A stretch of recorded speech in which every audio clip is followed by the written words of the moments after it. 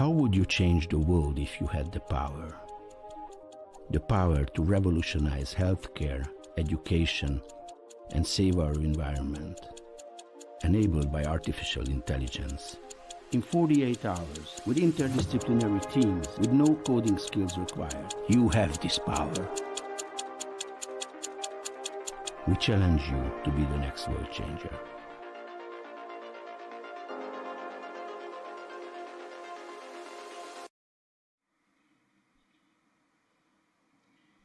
Good evening, everyone. Welcome to the TUM.ai Makeathon. I am Angela, and joined with me here today is Toby. Hi, nice to meet you. And we'll be your moderators for tonight. Toby, can you tell us the agenda of tonight? Sure. So today we have a packed evening. It will be a 3 hours long session with mainly 3 parts. So the very first part is introduction to Makeathon, a short recap, and a presentation about TUM.ai. Then we have the major part, 2 hours of presentations. We have the 6 finalists of the current Makeathon, and the final part is the award ceremony, because at the very end we have 3 winners, we have prize money, and we have glory, so to say. Yeah, that's the agenda, Angela. Thank you very much. And now we're going to have a poll in which we're going to know that during the 48 hours, how long did you work on your challenge? You should bring out your smartphones and use the QR code. Exactly. Just scan the QR code or open Mentimeter and type in the code. Yeah, Angela, what do you think? How long would they work? I would say for about 40 hours, so having 8 hours of sleep throughout the 48-hour challenge. 8 hours sleep for 2 days? That's actually not that much. Yeah, it's not much, but it should be challenging. I mean, that's why it's a challenge. And the teams are really smart, and they come up with innovative ideas, and it's so creative. So I imagine it's so competitive. Exactly, yeah. I would probably also not sleep that much, so yeah, I think you're right. But let's have a look at the polls afterwards. Yeah. Before that, we have some other points on our agenda. So, first of all, we want to explain you, also some visitors from the outside, what actually a Makeathon is. So a Makeathon basically is a hackathon. It's a 48-hour challenge. And for every hackathon or Makeathon at TUM.ai, we have a theme. And the theme of this Makeathon is AI for Global Impact. And we tackle it more specifically with 4 tracks. About the tracks you will hear more about soon. But you might also wonder, okay, why do you join a hackathon? What is the reason for that? There are actually dozens of reasons. For example, you can launch your AI project. So that's a great way of getting 1 weekend working 40 hours and launching your first AI project together with your peers. Or you can grow your network. Maybe you met some colleagues from the Microsoft booth on Friday. You met some peers. You met some TUM.ai members. You can also learn from experts. We had workshops. We had a deep dive days. We had a support channel. So it's a really, really great learning experience. And of course, at the very end, you can win awesome prizes. €2,000 for the winning team. Does that sound amazing, Angela? Yes, it does. Okay, perfect. So that was about the Makeathon. And for the next part, we have, first of all, the tracks. Yeah, definitely. The tracks, we have AI for social support, AI for healthcare, AI for environment, and AI and globalization. And it's interesting to know that our makers can also take part in company challenge as well as their own individual challenge. And I find these challenges to be really fascinating and interesting as well. And really bring out the creativity and the innovative spirits of our makers. Exactly. So if you have any questions, we have our dedicated Slack channel. Write them into _workshops and talks. You can comment also on YouTube, and we will really make sure to answer your questions. So, and for now, before we get into action, we will have a special talk by our current president, Ian. Ian, thank you very much, the current president of TUM.ai.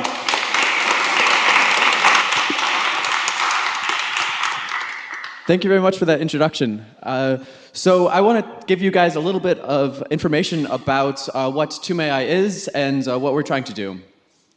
So first of all, we have a super diverse group this time around with participants from 43 nationalities, which is awesome. That we like to see that much people from all over the world that are participating in our events. And the Makeathon this year, we had 8 different challenges that you guys participated in and blew us all away with the amazing results that you guys had. And you guys sent 14,000 Slack messages, which is absolutely nuts.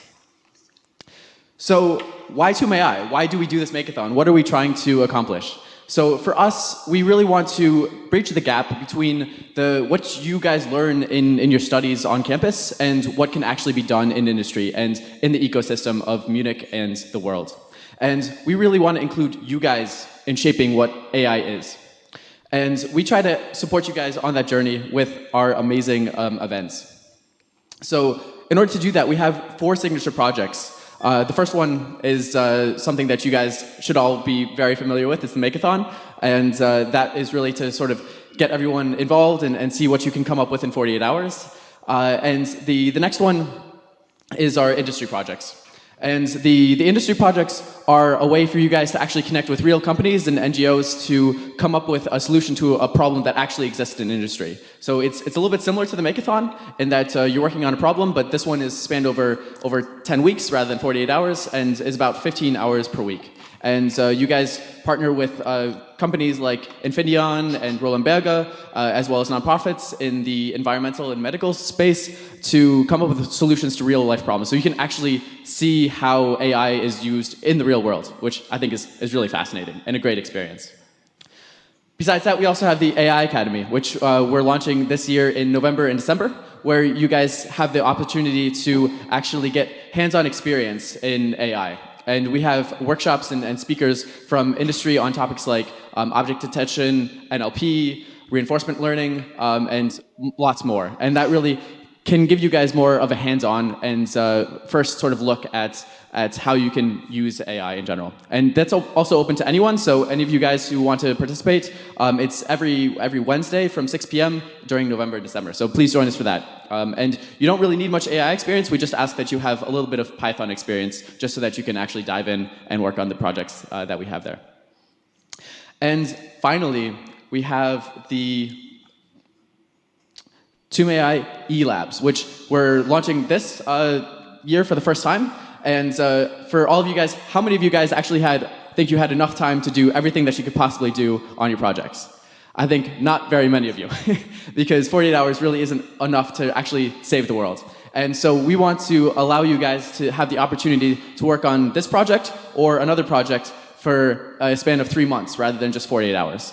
And we'll help you guys turn that idea into an actual business that you can look for VC money, to look for first customers, or if you're looking in the nonprofit space, to actually apply your solution to the real world.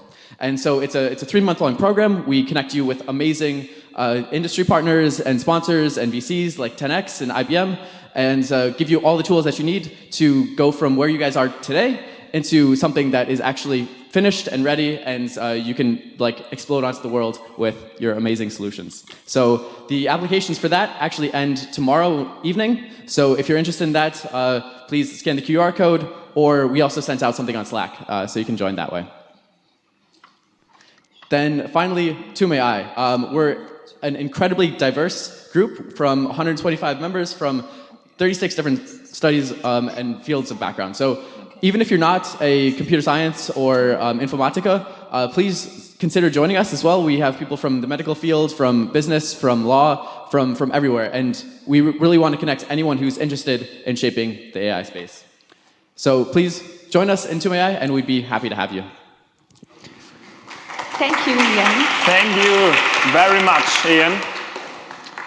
Highly appreciate it. Thank you very much.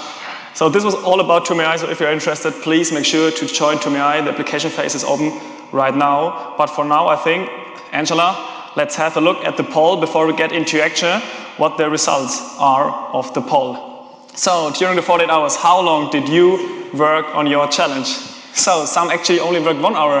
Yeah. Is that enough, Angela? What do you think? I don't think that is enough. 1 hour, nah. Maybe that team is actually in the finals. That would be quite impressive. Yeah, definitely. Maybe some kind of genius or something.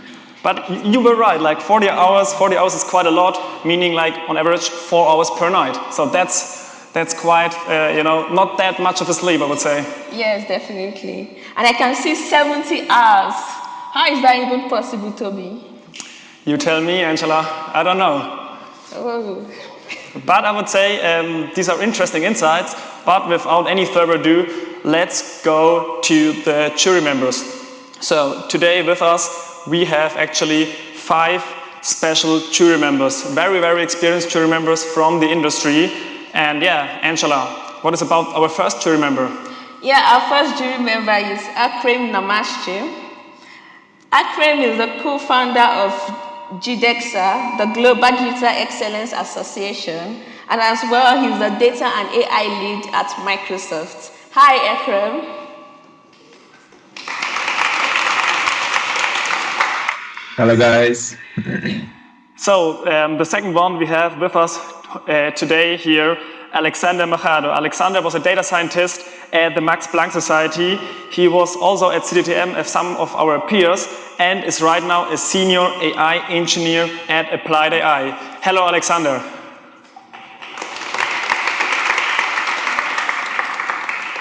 And next we have Iman Abdic. Iman Abdic is the co-founder of Blinko, and he's also passionate about creating value through innovation in AI for Blinko. Hi, Iman.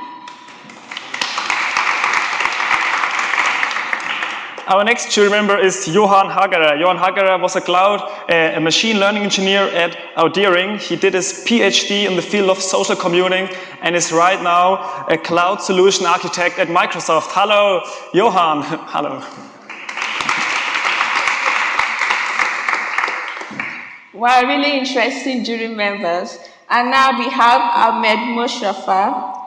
He's currently doing his PhD in informatics at TUM, and also he's managing the business unit of machine learning engineering at Reply.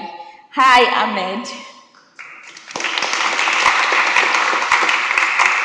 So, tonight we have 6 finalists, we have 5 jury members, and these 5 jury members will evaluate who wins the prize money at the very end. And before we dive into action, let's have a look at the jury concept. So, we have 3 evaluation criteria. The participants may already know them from the track jury. They are slightly different, but generally the same. So, 20% is the impact, 50% is the tech part, and 30% is the feasibility of the idea. And we have a first investment round where the participants can pitch 6 minutes. We have 3 minutes Q&A afterwards where the jury can ask questions, and then 5 minutes where the jury can invest. And for that investment round, the jury can invest for each of the 3 categories up to 6,000 coins. That's the first investment round, and we repeat this 6 times for every team, and this is public. And then we have the second investment round, which is non-public, where the jury will retreat and they will discuss privately how to invest the second round of budget. So, first of all, we might have an intuition who might win, but that is not the final result, because we will only know this after the second investment round in about 2 hours. So this is the jury concept, and I would say, Angela, should we start? Yeah, with our finalists. The first we have Data Squared, and the challenge name is the Plant Disease Detection and Alleviation. Exactly. Data Squared, are you with us here? Make some noise. So Data Squared is on site with us here, and they will present the first challenge about plant disease detection and alleviation. And kindly stick to the 6 minutes speech time. Thank you. Yeah, we will try. Thank you.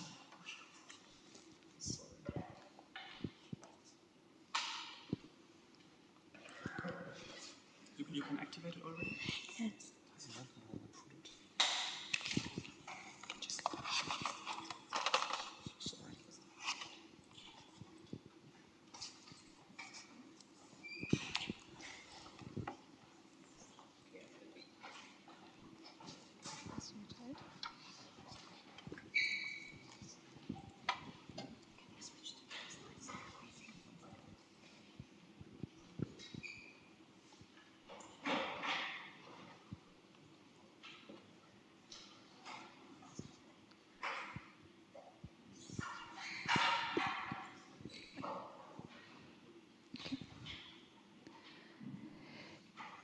Can you spot the difference between those two leaves?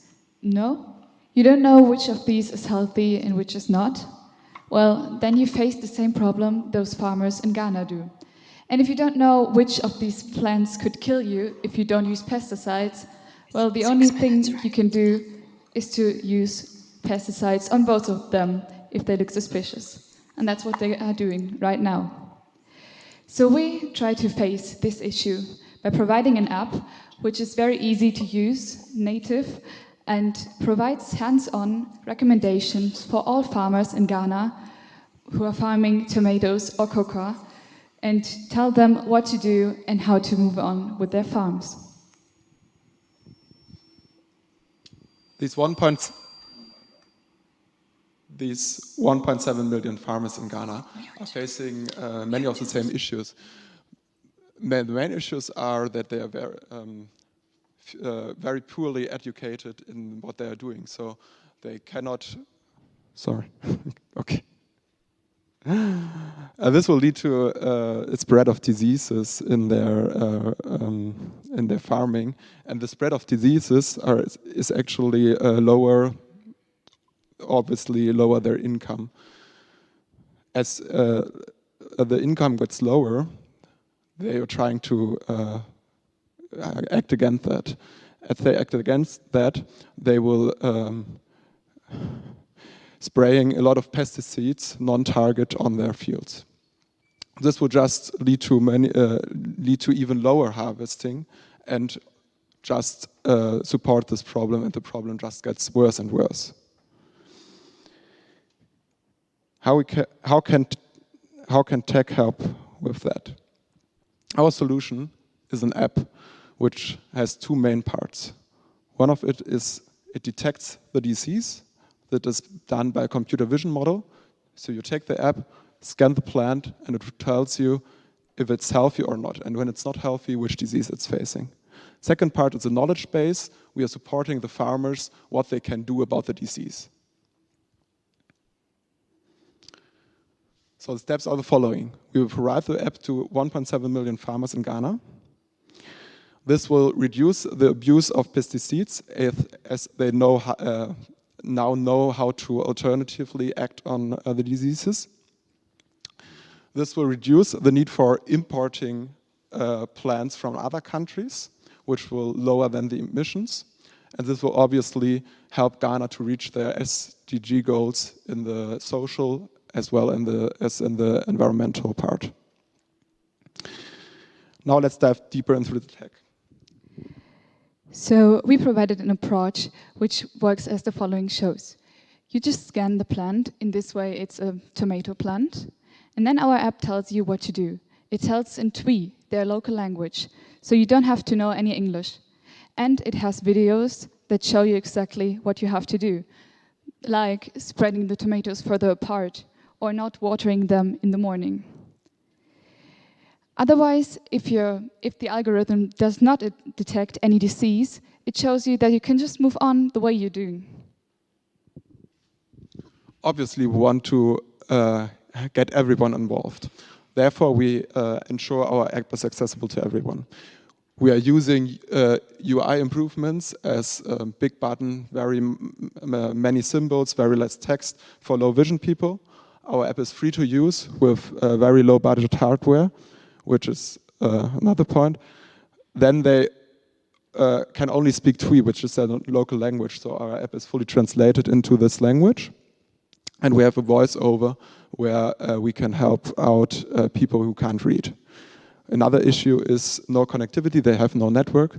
Our app is fully local. All models are run on device. We don't need internet access at any time. Let's dive deeper into the tech. We have built a TensorFlow convolutional neural network, deployed it on TensorFlow JavaScript to run it locally, and then built an Expo native UI to serve it. Our model achieves 95% accuracy on the tomato plants and 87% validation accuracy on the cocoa plants. Now let's move on. Now let's move on to how we really deploy our model, how our business model looks like. First, we got connected to locals directly. We will distribute low-budget hardware to them so they just can start plug and play. Remember, no internet connection required. We evaluate consistently whether our goals have been reached or not. And from there on, we will iterate and improve even further to have a real impact. To do so, we are happy to announce that we already have a partner. It's Enactus Ghana. Enactus Ghana provides us with help in both knowledge and distributional help. So we can move directly to the farmers and give them our approach. So we're happy to show you our app. And if you're as thrilled as we are to distribute our help, please give us some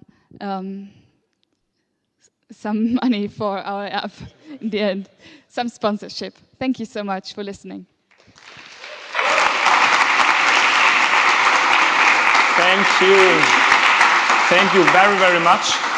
That was a great idea, especially with Ghana. In Ghana, actually, also from TUM.ai, we have a partnership with the KNUST from Ghana. And I would say, without any further ado, we let the jury ask questions for the Q&A time. Dear jury, do you have any questions to Data Squared? Yeah, great presentation. This is Akron. Congratulations to this great impactful solution. My question would be, you didn't mention the monetization. So I understood the app is free of charge, free to use. So where is this money coming from then? We are organized as a non-government organization. So we are providing the app for free, and we're providing low-budget hardware to them, which, of course, it's investment for them, but I think it pays out at the end. Any other questions from your side?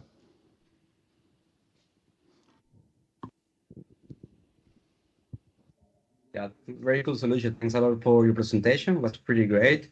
I have a couple of technical questions. So you mentioned that your algorithm is achieving 95% of accuracy on tomato plants and 87% on a different type of plant. How can you make sure that this is true across the whole country? Like how many data points actually you use and from where they are coming from? So I will answer for the tomato side. We had 10,000 samples in total, which we obviously split it up in training and validation samples, and that was the validation score we achieved. For the cocoa plants, it looked a bit different. So on the cocoa plant, we only had 300 pictures. So we had to multiply them using custom vision AI. What you did was to use the pictures and to edit them in different ways so our model can be trained better. So we ran it through Microsoft Azure machine learning and provided the 87% over this one.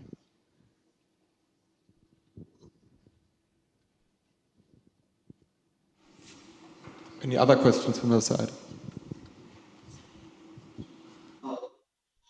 I'll just jump in. Hi, Erman here from Blinko. So thank you guys. The presentation was really interesting. The question I have is, are you guys planning to focus on specific plant in the beginning or a group of plants, or you just plan to do just everything? So what's the plan? So first of all, we focus on tomatoes and cocoa as they have a really high proportion of exports and imports Ghana has. So there is like the lowest hanging fruit, I would say. But obviously, this approach can be transferred to any other plants you can imagine, and any other country you can imagine, and so on. So it's really a global thing. Yes, and I think we want to focus on the African countries. So we started with Ghana, but now are planning to move ahead. Like Burkina Faso, they have a real impact with tomatoes as well. Maybe this is going to be the next country. All right, then thank you very much. The 3 minutes Q&A are over, and right now it's investment time by our jury. And I would say we start with Akron. Short recall. So we have also for the participants here, we have the 3 evaluation criteria. We have tech, we have feasibility, and we have impact. Akron, what do you invest in which of the 3 areas? Okay, very quick one. So For technical, I give you 5,000 because you had a demo, you use computer vision. I mean, that's a no code, low code, local device, no internet. I mean, great concept here and great execution. Congratulations. For the feasibility part, I only give you 3,000 because you're just, I mean, saying NGO, but I don't have a clear picture how you're going to solve this hardware and budgeting investment, because we all know how troublesome it is to interact with NGOs. It can be very bureaucratic. So I would expect more, I mean, insights here. That's why feasibility only 3,000. Impact, full force 6,000. I mean, you are doing great. This is, I mean, very impactful for farmers, for low income people. You're taking care about inclusiveness and accessibility. I mean, really great impact. That's why I'll give you 6,000 for that one. So much. Alexandra, how are you going to invest in this team? Yes, so I would start by the technical part. So I believe basically it's a problem that's already solved very well. And I would give you actually 5,000 coins for that one. When I go to feasibility, still I have some concerns because I'm not sure you can actually generalize this idea through the whole country and even expand further. So because of that, in that aspect, I would give you only 2,000 coins. And regarding impact, I align with my colleague, what he said. Also, the impact is really great. I can see already the great benefits that people may have with this. So I will give you 5,000 on that aspect. Okay, next one, Irman. How much do you invest? All right, hi guys. So, well, for the technology part, I think you guys have done quite a lot for 48 hours. So I think I would give you 5,000. I think results also are pretty good, even though the same sample size is not that big for the testing data set. Feasibility aspect, I would say I would give you 3,000, but if you can convince me that this NGO concept with the business model you incorporate somehow includes farmers giving you data so you can improve your models and make it better and kind of grow the accuracy and scope, then I would definitely consider giving you more. For the impact, I would give you 6,000. That's clear that the impact here is So we're huge. trying to show it to you later. Thank you. And Ahmed, how much are you investing? Well, for the technical evaluation, I think you guys are amazing. Just like the model looks working really good, implemented prototype is all right, and the use of AI is suitable. I'll give you the 5,000 points for this. For the feasibility, I'd give you maybe 3,000, but my idea behind this would be that, I don't know, have you think about because it's regarding detecting the disease. How did you actually think about the precision recall, true positives, false positives? So are you able to more or less, what would be the problem if I detect the leaf as it's all right and it's problematic? Would it cause problems to people? So I didn't understand much about this, or I didn't know much about this from the presentations. That's why I'm putting 3,000. Impact is a full 6,000. Europe, that's my side. Thank you. Thank you so much. Thank you very much. And the last one, Johan, how much do you invest?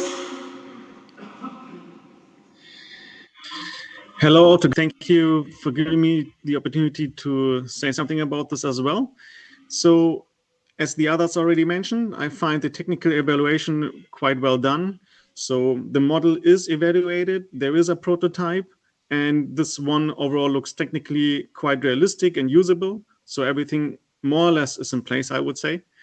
However, so here I give 5,000 for technical evaluation.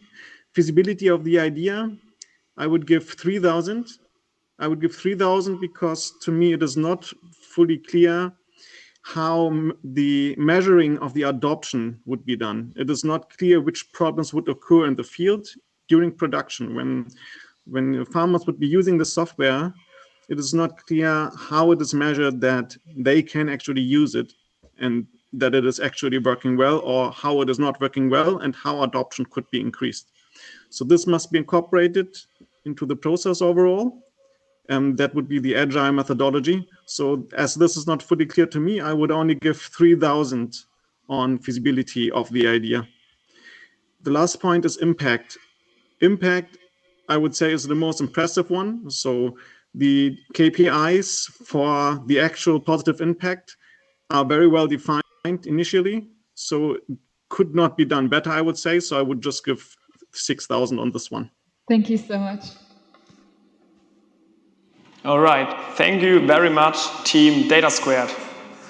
So before we have a look at the next team, we will have a look at the current scoreboard.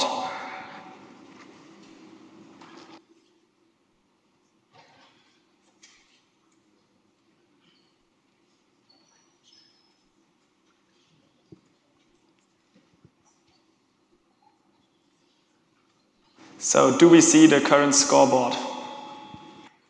In a few seconds, but of course, Team Data Square will be the first one. And also in the meanwhile, also a short heads up. Ideally, due to time reasons, we had this short delay. We can speed up the Q&A, not the Q&A, the investment round a bit to also enable the other teams to have this investment round. So for next time, ideally, we can speed it up a bit. So, but before we come to the next team, is the investment round. Can we show it? Okay, so we skip it for now. So therefore, I would say, Angela, what is the next team? The next team is snacks. Snacks. Yeah.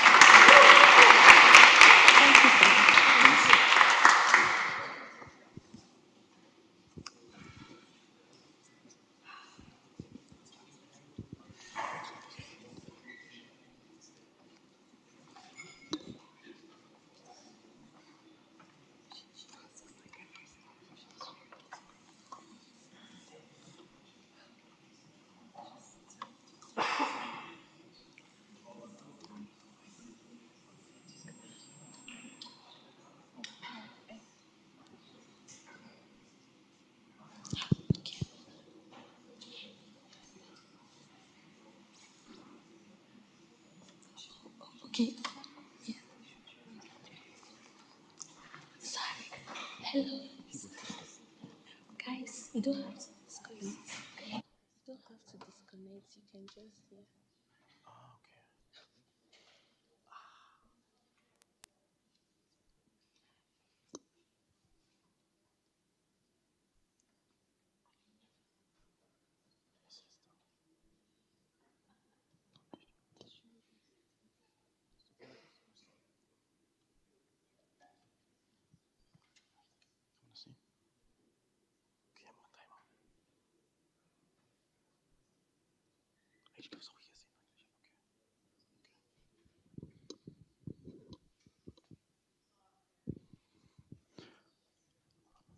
Okay.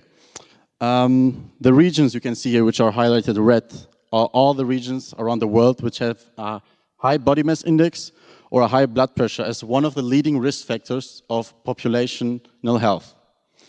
And to be more precise, this also then goes into diabetes. Around 34 million people solely in the US have diabetes, 400 million cases of diabetes 2 around the world, including 2 million deaths worldwide. And also a really high amount of money directed to the costs of healing diabetes. Why are we saying this? Everything what we just said, these global health factors which have been constituted by the World Health Organization are linked to malnutrition. A high body mass index, high blood pressure, diabetes 2, heart attack, and at the end also death. We cannot tackle diabetes 2, heart attack or death because these things are certain. But what we can do is to tackle malnutrition by its root. To fight malnutrition, in order we can avoid sugar and saturated fats, keep a lower body mass index so that we don't get ill at the end. And we are going to show you now how and why we think we can do it. So, yeah, to the nutrition part, that's where we step in, the creators of the Snacks app, who will hack your snacks. So what do we mean by this?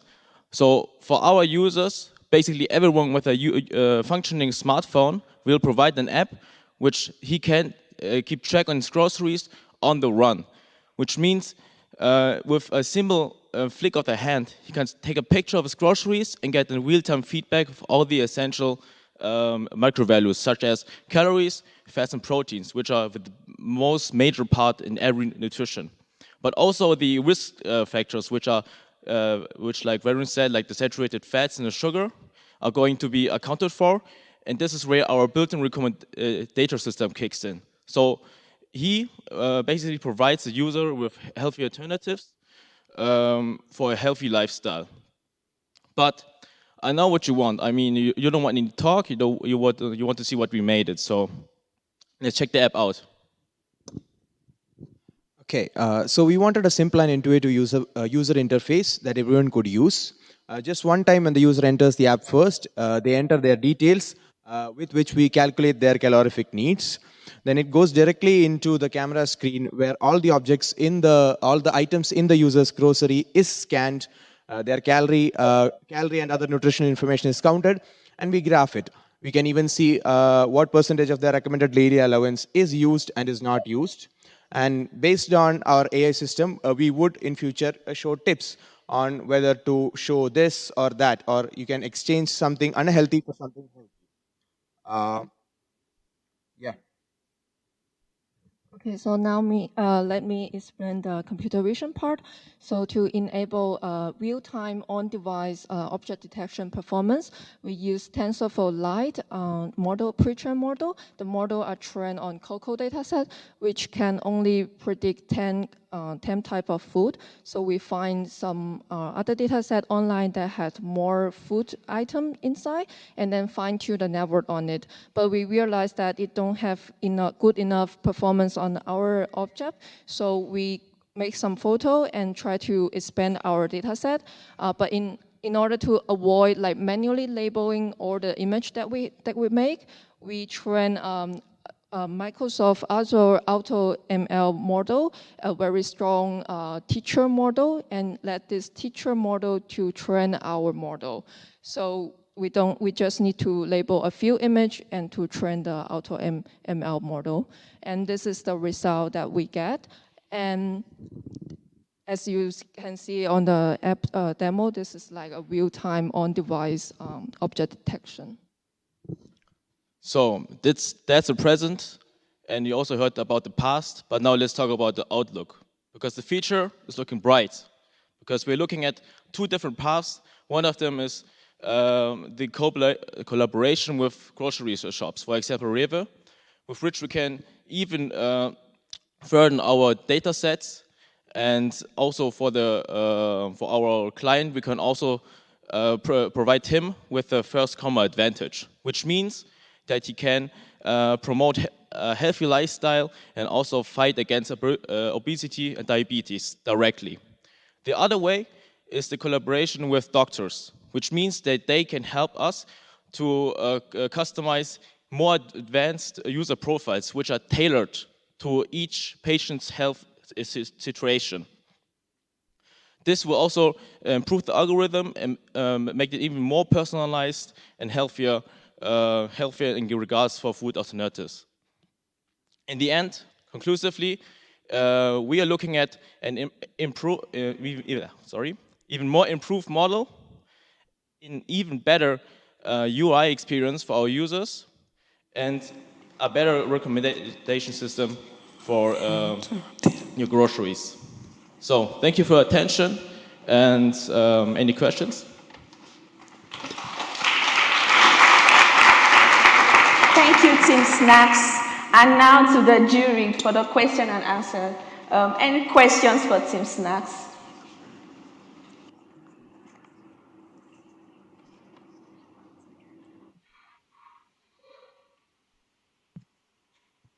All right, thanks, Akram.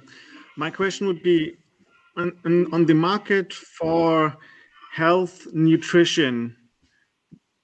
There are already apps available. So how do you consider the competition with regards to the app market, to the available apps which are out there for healthy nutrition already? Thank you for the question. The difference is that our app can be used while going into our grocery store and just by doing one photo, and then we get the results immediately. apps right now on the market, they need you to track everything one by one, use QR codes, and we don't want this because the user doesn't want in a grocery store to spend 45 minutes or 50 minutes to see his results. And on top of that, we want to provide alternatives immediately after he took the photo. So this is where we can step in. Very nice. Thanks. Thank you. Yes. My question is in the same direction. Do you think this product is not easy to replicate? Or do you think there could be a unique competitive advantage here? When I understood you correctly, you mean that what our apps make is unique compared to the others? No, the question was, do you think it's easy to replicate or imitate your solutions by other engineers? Or do you think it's still very hard, and because of that, you might have a unique competitive advantage?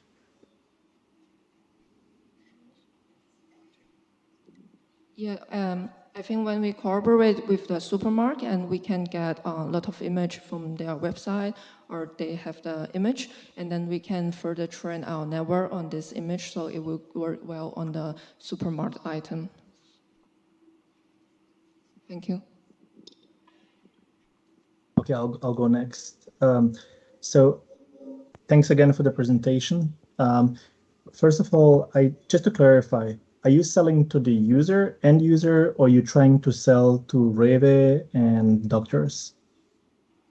Thank you for the question. We are making the app free for the users. The monetization model is based on multiple things. First, the partner Rewe, they will provide us with the money because they will have the first mover advantage. They can say, okay, we are the store, we promote the fight against obesity. So this is the first one. The second one is we will partner up with doctors so that doctors can make better recommendation for the patients. So this is the second monetization model. But for the users, this will be free. All right, thank you. We would also have recommended products which can be suggested as alternatives, as healthy alternatives, for which health companies will also be customers. Thank you very much. And now it's time for the jury investment. And we're going to start with the first jury. Alexander, how much are you going to invest in Team Snacks? Yeah, thanks a lot. So first of all, I want to mention I love the app. I see the idea is amazing. It's an app that I would definitely use myself. I think it's great. So when I start thinking about the technical perspective, I will give you 4,000 euros. First of all, I think you achieve a very good accuracy. But you mentioned you only have this accuracy with 10 classes. And you mentioned you're also trying to do something with Azure that will allow you to basically improve it with more classes to predict. But still, you're not there. And because of that, I believe I would give you 4K in this aspect. When I go to the feasibility aspect, I believe it's definitely very, very feasible. I can see that you can also actually expand this app and you can scale it in a good way. So I believe you don't have a problem here. I will give you actually 5,000 coins. And about impact, it's the most important one. I think it's great. It's an amazing idea. You can really have a huge impact in the lives of so many people in the world. So because of that, I will also give you 5,000 coins in the impact. Thanks, Alexander. Next one is Irman. How much do you invest? All right, I was just writing down my thoughts. So the technology part, what I liked is I think the problem is a little bit easier than having an object that can look much more different in let's say if you have a tomato, can be very different types of tomatoes and so on. But if you have certain packaging, it's always expected to be very similar to the other one. So the problem is a little bit easier on that side, but you guys made up for that with technology, which is kind of app, something more representative, looks more ready. So I would say I would give you 5,000 for technology. Feasibility part, I think it's fairly feasible. I have a bit of worry that Rewe might not be the right partner actually here because they're a franchise system and you would have to talk with each of them separately if you want to push it through. So I think you might want to look into some other chains for easier rollout. But I would give you 4,000 here. Impact, I would give you 5,500. I think the impact is great. It's the only concern I really have here is that app going to reach all these users that need the app the most, right? That's the aspect I wasn't sure about, or I wasn't convinced completely. Thank you, Iman. Next is Ahmed. Yeah, so for the technical evaluation, I would probably give you the 5,000 for the good work that you guys did for having a demo, for having the things we saw live. For the feasibility of the ideas, I do have some also slight concerns because I'm not sure if you just tell everyone getting into Revit, do not buy this type of tomatoes. So in the end, it might be somehow against their business or so, or I'm not sure how you're able to convince them if you're monetizing that solution basically on the retail.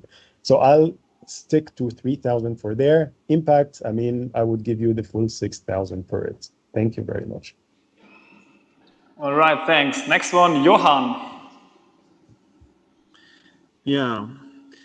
So with regards to technical evaluation, I'm probably the most positive of all the jury members here. I find it really fascinating how well this app was working, and I found it absolutely convincing. And I think there will be little problems to put that into production because it's already working quite well after a very short amount of time. So I go all in with 6,000 here. With regards to feasibility of the idea, I would say I share the doubts of the other jury members. Monetization is not fully convincing to me. I am not sure how supermarkets would really be helpful in that regard. And also, I think the idea can easily be copied. So I'm not sure about how that could be dealt with. So I give 3,000 on feasibility of idea. Last one, impact. The impact here is very well motivated. The KPIs for that are quite clear. So this is a real problem. These health risks that are mentioned are very well measured, and it can also be measured how this can be alleviated by using that app. So I would say this is rather well done. So I would give 5,000 on impact. Thank you, Johan. Next is Akron. Yeah, I mean, I try to follow your recommendation to make it really fast.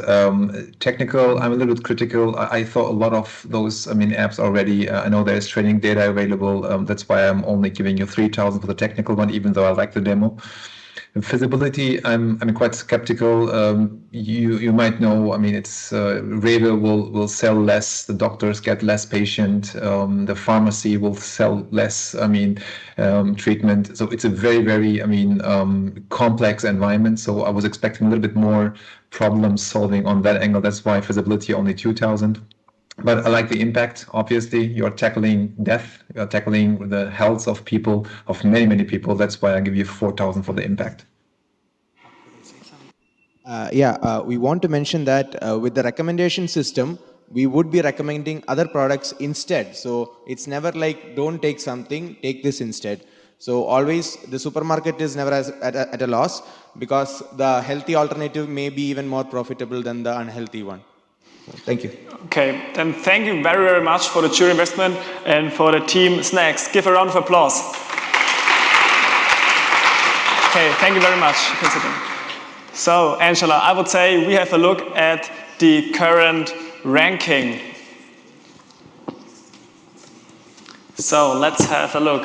Who leads? Oh, that is very, very close. Data Squared is leading by a few thousand virtual TUM.ai coins. Hopefully someday they are real euros. Up to now, only virtual. So, Team Data Squared is in the leading position, and we have one other team right before the break, and that is Team Ceres. Team Ceres, are you with us here? Yeah, they are coming.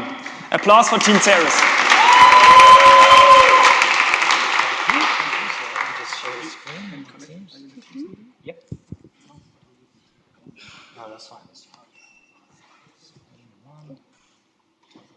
Good luck.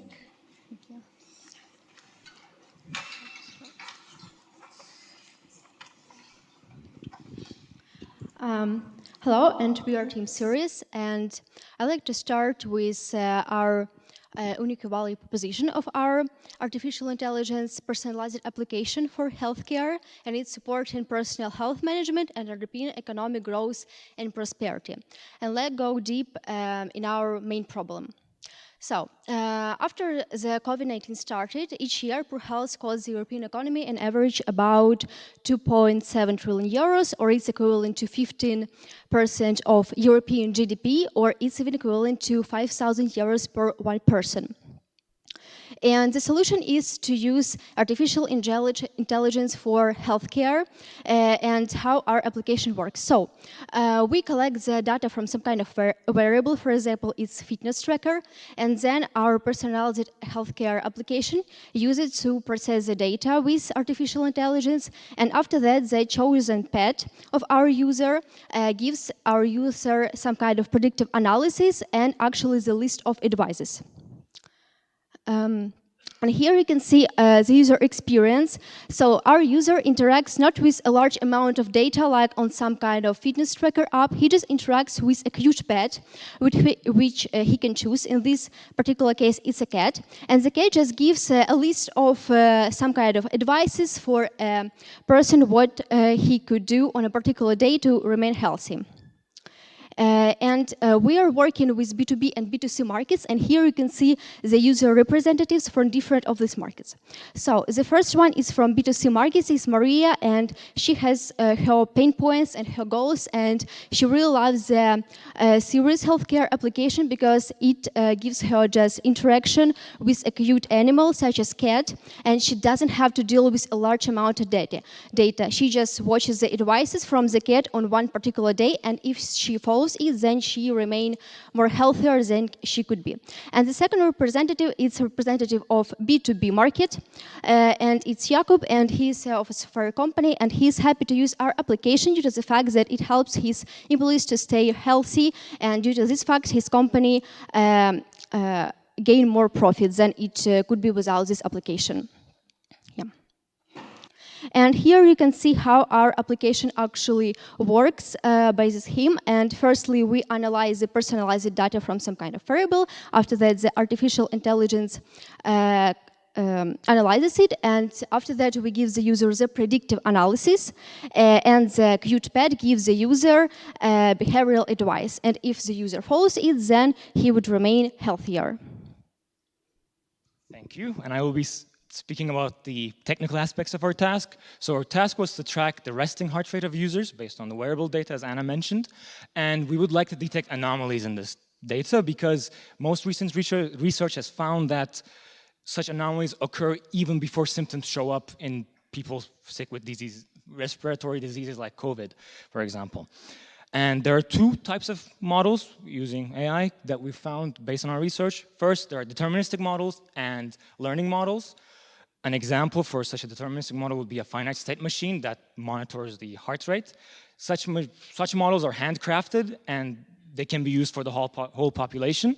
And learning models, such as LSTM autoencoder anomaly detection algorithm, they need to be trained for each person specifically, but they're automatic, and they improve with time.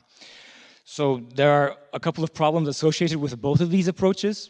Handcrafted models do not scale. They're handcrafted, so you can't expand it for a large population, and there's no improvement over time. And learning models suffer from the cold start problem, similar to recommender systems. When you get a new user, you don't know what to do with them, you can't make predictions, and such models need data. And our solution was to combine these two models into one ensemble. So here's an example of a finite state machine. This is called the night signal algorithm. We took it from a research paper. They implemented this and tested it. You can see the diagram here. And our idea would be to embed the users in a lower dimensional space, as you can see here, and extract features. And we would cluster them because, for example, a very athletic person would have a very low resting heart rate because they would have a stronger heart. And based on these clusters and based on our existing users, once we get a new user, we would assign them, we would extract the features, assign them to this cluster, and then do an ensemble model with the finite state model, so the deterministic model, and then So these diamonds are the already existing users. So we have models for them, trained models, learning models. We just get an ensemble for the same cluster, and we would get a prediction, and over time, this would improve. So our results, based on the test data provided by the challenge setters, was 60% true positive rate and 10% false positive rate. But we only implemented the finite state machine as a baseline. Such as if we use an ensemble, this would reduce the false positive rate because it would be stricter. And our cat would be able to form a dialogue, a very basic text dialogue with the users. So the learning models will keep improving as the user uses it. So because false positive rates are not very nice, as they would keep notifying the user. And here's our vision. Yeah, and our overall vision for the economics prosperity is that based on statistics, we would save 400,000 lives yearly in Europe, and we would save 200 billion euros in annual savings, and nearly 2 billion hours freed up every year for medical professionals. Thank you for your attention. All right. Thank you very, very much, Team Ceres, also team of the healthcare track. So we asked the jury, dear jury, do you have any questions to Team Ceres?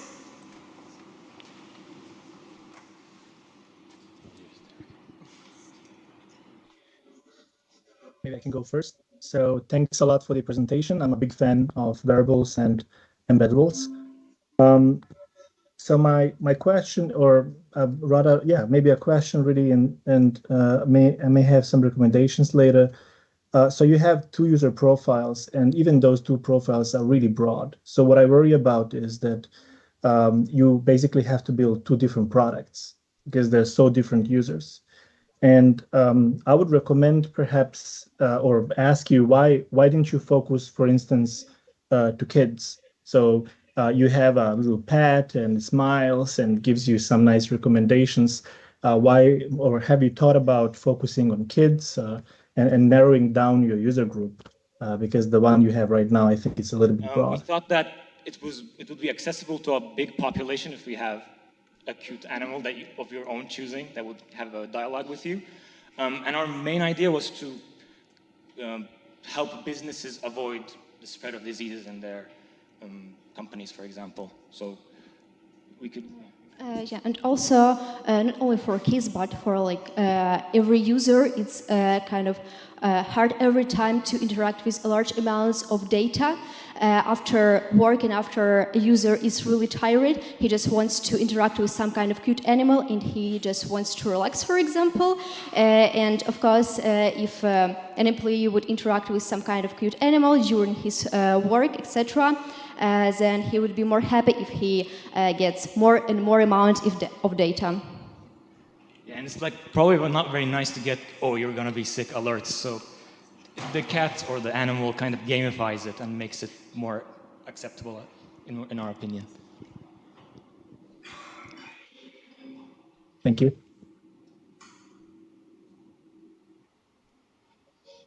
I might have a question regarding to the clusters. Clusters then from a health perspective, or do you leave it as up to the data you have? We were thinking of extracting simpler features. So because the data we have is a time series data and it's recorded. So for example, an Apple Watch records it every 5 seconds or so.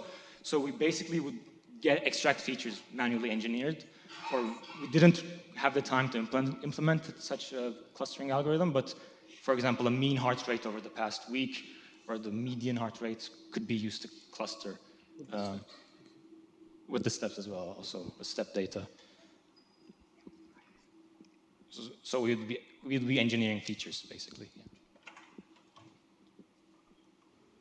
Yeah. Next question, you mentioned a 60% performance of true positives. How many data points do you use here? Could you repeat the question? I didn't hear it. Like, we're hearing it from huge speakers, yeah. Sorry, we have to cut it now. 3 minutes is already being invested. Yes. And thank you for the Q&A. Now we move towards the jury investment stage. And the first, Iman, how much are you willing to invest in Team Ceres? All right. So thanks again, guys. What I was missing a little bit with technology, I was missing to see a live demo a bit. So I like the idea in the vision, though. So I would give you guys 4,000 for the technology.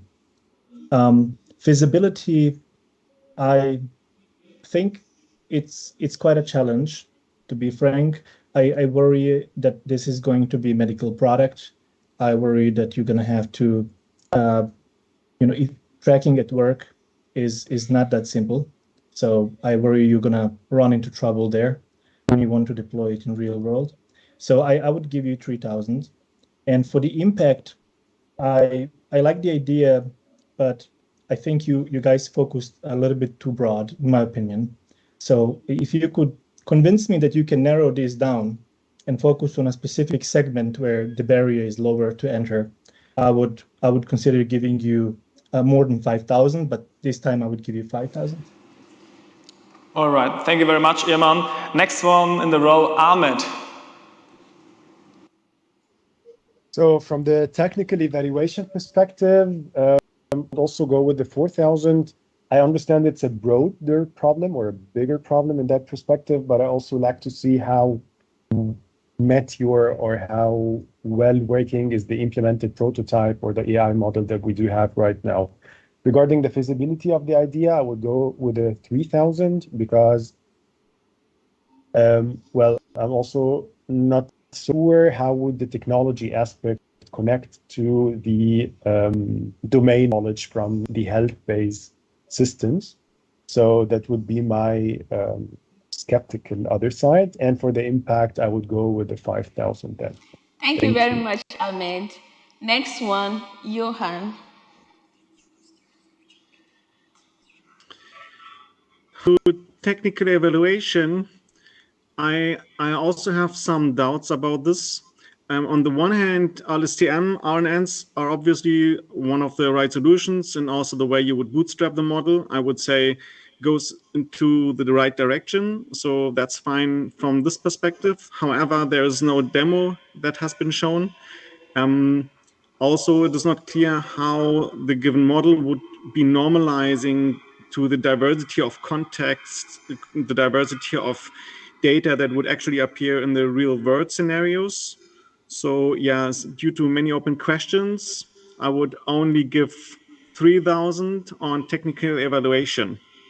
In feasibility of the idea, I actually like very much that part of your slides, of what you have shown. It made a lot of sense how you were analyzing the market and deeply investigating the opinions which are given, for example, on app stores or other social media platforms is very meaningful, and that's genuinely helpful to understand the requirements. So just to have this data and that you took it seriously, I would give you 5,000. So because this makes you aware of the requirements that you need to implement. So 5,000 for feasibility of the idea. And with regards to impact, there are also some open questions for me. Especially, it's not really clear the recommendations that you would be giving for people such that they can get rid of their health problems. So with regards to the recommendations, it's also not clear how you would measure if they turn out to be really helpful, if people follow recommendations, if they really get more healthy or maybe not so much more healthy.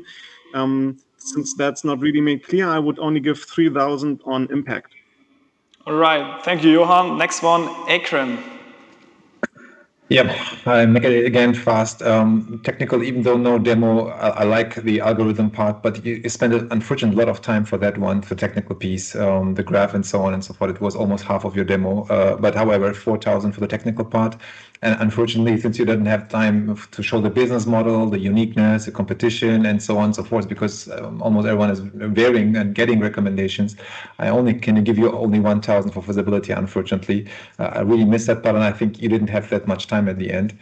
Impact of your final slide, I mean, kind of rescued this because I was really, asking, okay, how much impact you can create, even though it sounds really high up, 200 billion of savings, 1.5 billion hours of savings. It seems to be really high, but however, I give you 3,000 coins for that one. Thank you, Akram. Next is Alexander.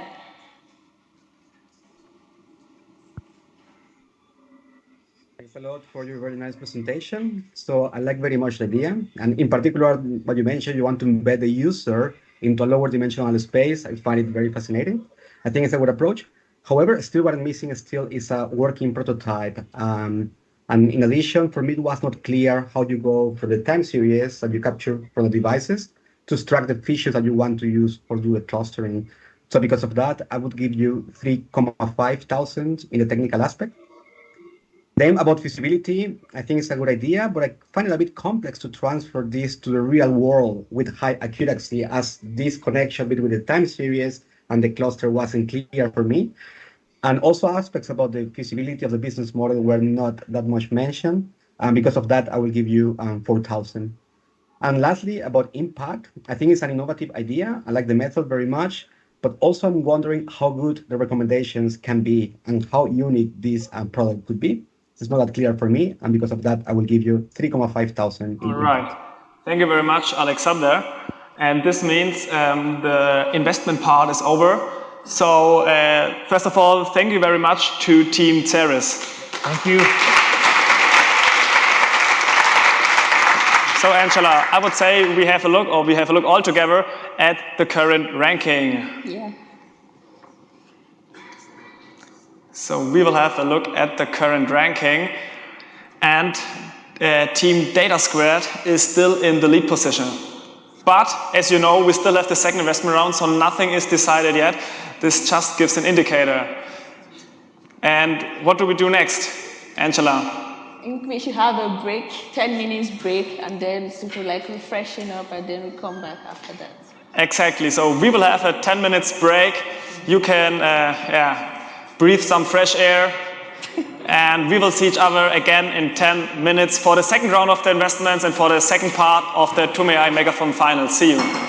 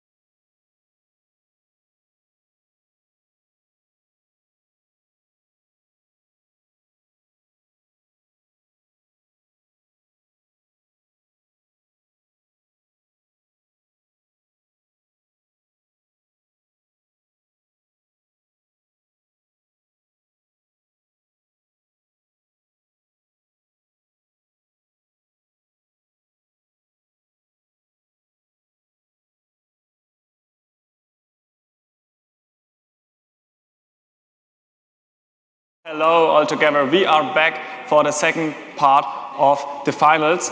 And we directly start without any further ado with the first team. And the first team is the forward propagators. Give them a round of applause.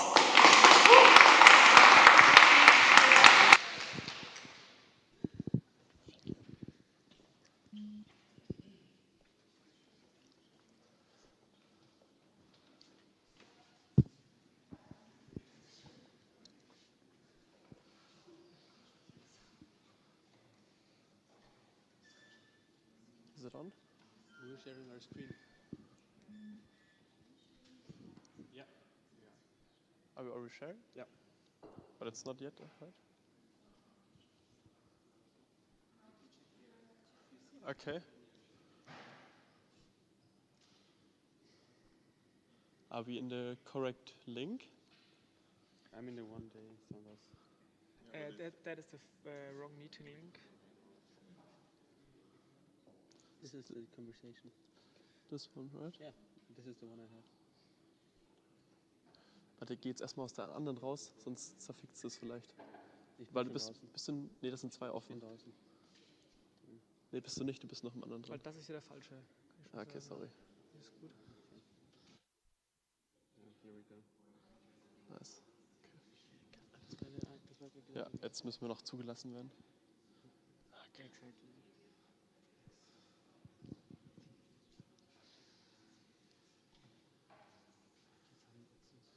Ja, passt. Ja, warte, ich muss das. Ja, mach noch schnell. Warte, du bescherst gerade, gell? Ich weiß.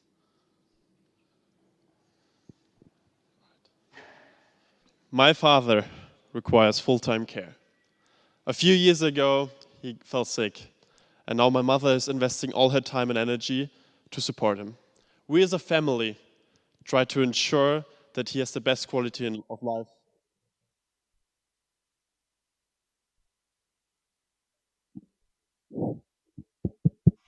More audio? Can you hear me?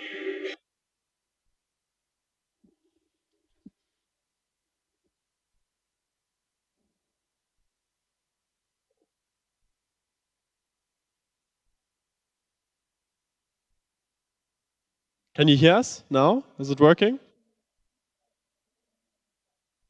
Yeah.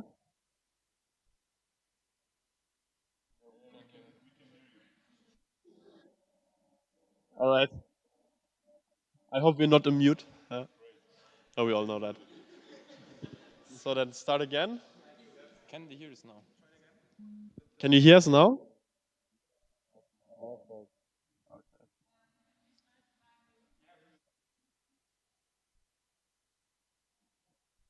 Yeah, we all know those problems over the last 2 years, right? But yeah, let's get started. My father requires full-time care. A few years ago, he fell sick, and now my mother is investing all her time and energy to support him at home. We as a family try to ensure that he has the best quality of life considering the circumstances. That's a scenario and reality that many families face. One person falling sick and another one giving care for that person at home. Our parents are getting older. We all know the demographic challenge ahead of us. Already today, many millions are requiring full-time care, and there are many millions more to come, costing our economy billions more. Nonetheless, caring at home is an essential pillar in our system of care. Caregiving at home is a 24/7 job. You always have to be attentive. You always have to take care of the person that you love. That person cannot tell you what they need. You have to care for them. Caregiving at home thus is extremely demanding. It's a dynamic challenge. The disease you're fighting always changes the circumstances. Nonetheless, it's still both for the caregiver and the person receiving the care, the best quality of life that you can ensure. We at Better Care want to empower those caring for the loved ones. And this is why we set out to radically innovate residential care for caregivers with a combination of hardware and software powered by AI. And our goal is to directly improve the quality of life for over 40 million caregivers and their loved ones worldwide in the next 5 years. How are we doing this? So first of all, we are working on a suite of hardware products that are specifically designed to meet the needs of caregivers at home, such as sleep assist, a camera and radar tracking device, and a diagnostic band that tracks vital signs. But where the real magic happens is once you fuse that hardware with our software and custom-built AI to deliver unique and actionable insights to caregivers, for example, through the Better Care app, and Ansi is going to show you a feature in the app. So let's have a look into the app.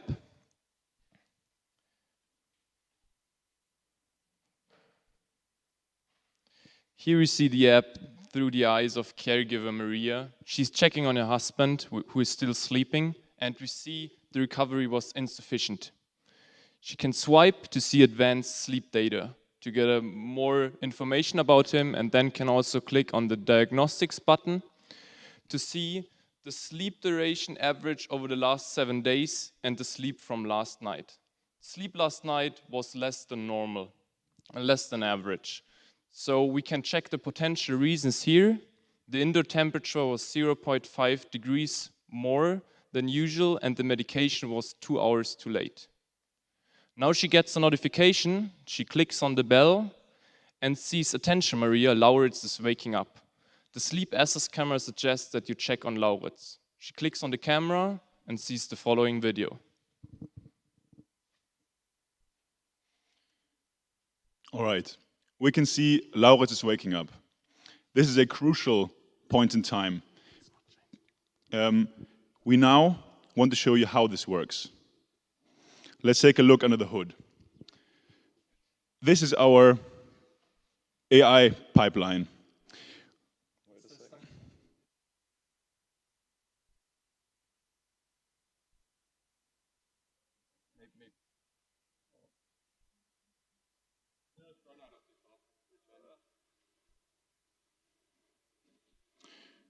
Yeah, we're rejoining the call. We're thrown out.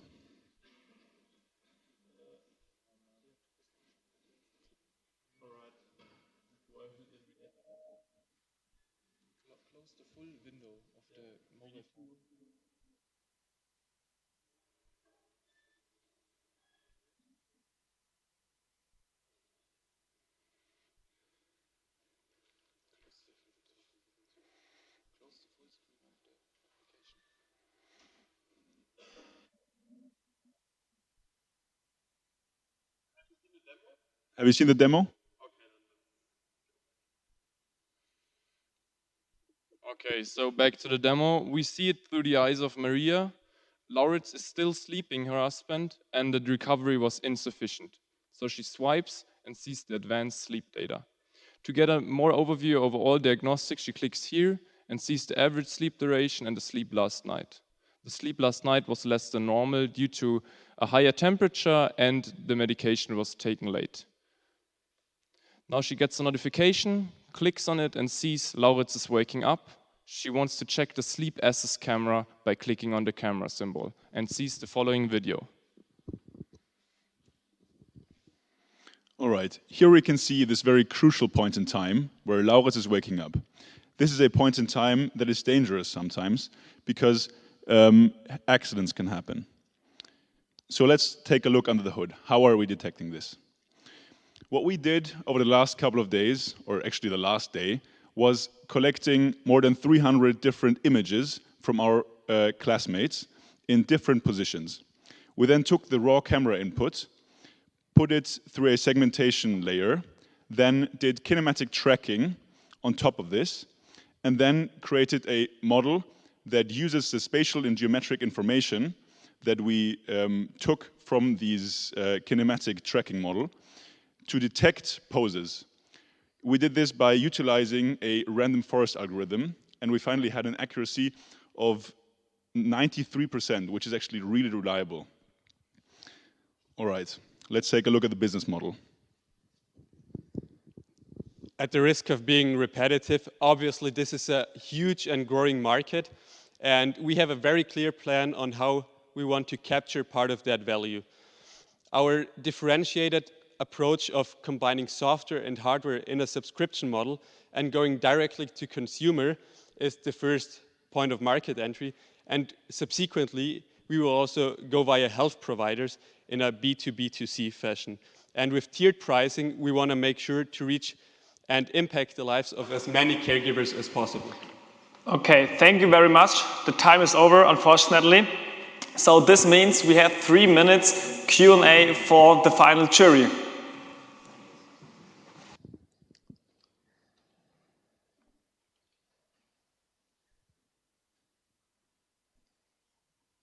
Happy to take any questions.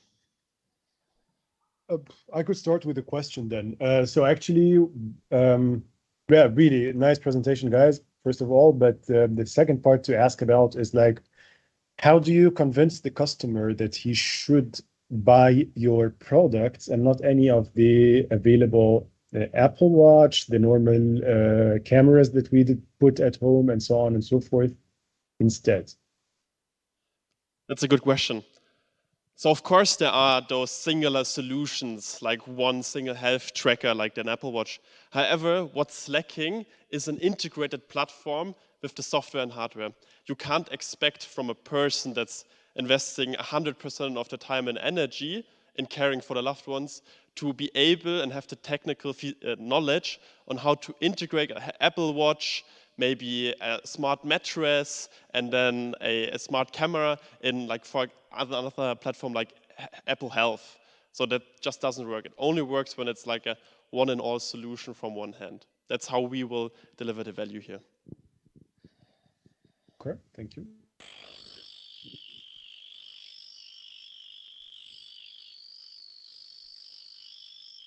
So maybe a question. So hardware is a very, I mean, cost intensive, right? So how you want to plan the rollout, right? So you have a hardware and software. You need to put these items in a home environment. I mean, the angle must be right, the lights must be right, and so how you make sure that the quality of data, the video material, for instance, and the sound and audio is accurate, and how to make sure that this is all equipped well on site. So we try to eliminate as much noise in the data as possible by using these kinematic tracking models that are openly available, for example, OpenCV and such.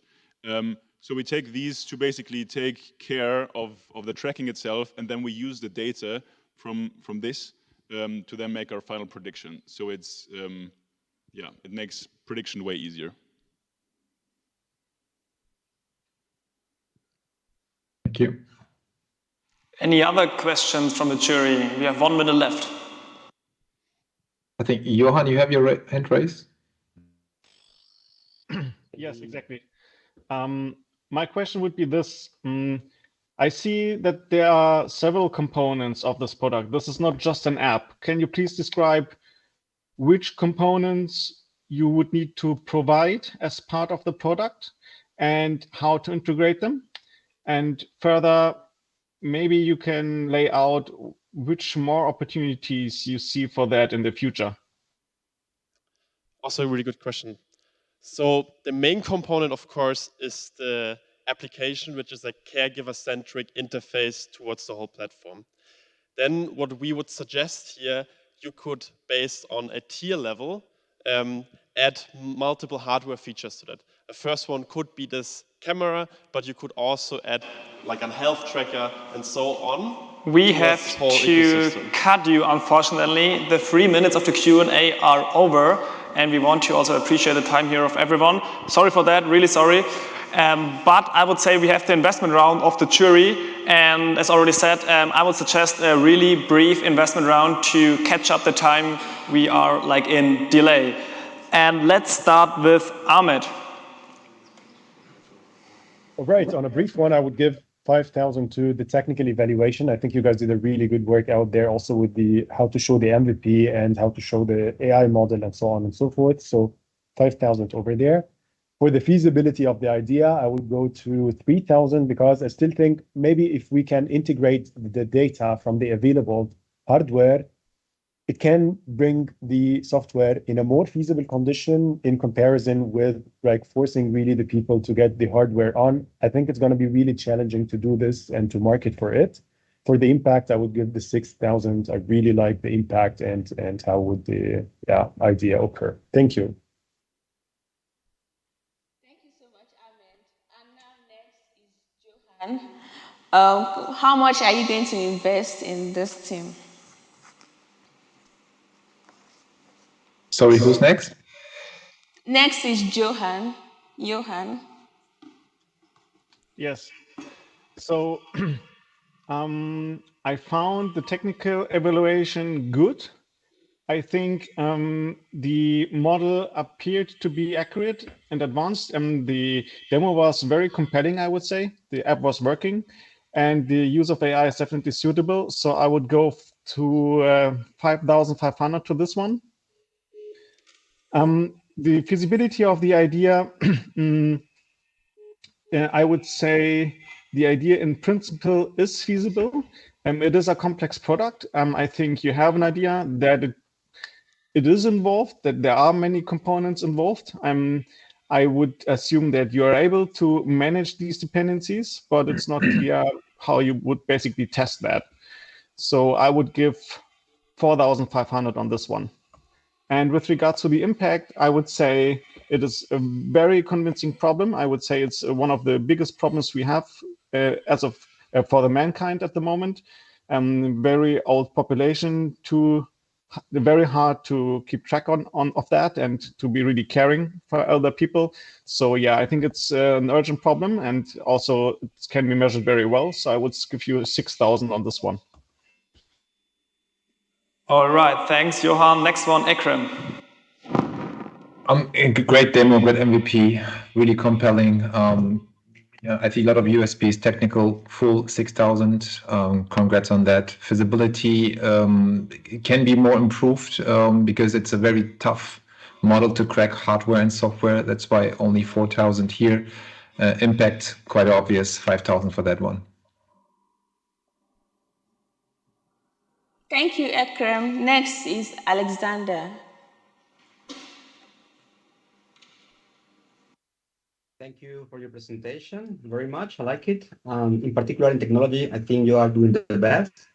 I will give you 5,500 in this department. I like very much the way how you basically recognize events. In this case, how a person can wake up. The good thing about that activity, there are no infinite number of ways how somebody can wake up. So you can actually get a very good accuracy also in production there. And also you consider to eliminate the noise, that's very important. And you have a very nice working UI. About feasibility, I will give you only 4,000 euros because even though it's realistic, I think you have still a lot of competitors. And because you have hardware, this might be actually a little bit more expensive than you're expecting. And about the impact, I like very much the idea, and basically I think the impact is very high. Because of that, I will give you 5,000. All right. Thank you, Alexander. And the last one is Irman. Yes, thank you guys again for presenting. It was really interesting. So for technology, I would give you 5,500. Mostly because I really like that you guys have done and tried a lot of different things. But then for tasks where you didn't have to complicate too much, you used decision tree, which was appropriate for the task. So you didn't go into deep models and unnecessary tasks. So for the feasibility, I would give you 3,500. And that's mostly because I worry, as someone already mentioned, that it's going to be really hard to roll these out in private homes and teach those people who care about their loved ones how to connect all these things and use it, and maybe it's also expensive. If you could convince me that you would roll this out in hospitals, which also have really big problem, and you can control way more variables, then I would probably give you more. For the impact, I give you 6,000. All right. Thank you very much for the jury investment. So therefore, give a round of applause for the team Forward Propagators.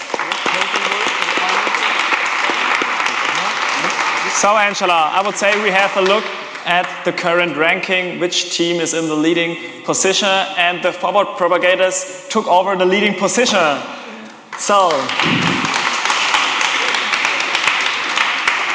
Angela, which team is next? Right now we have the next team, the Weekend Warriors. Okay, and the Weekend Warriors will also be on site. Give a round of applause.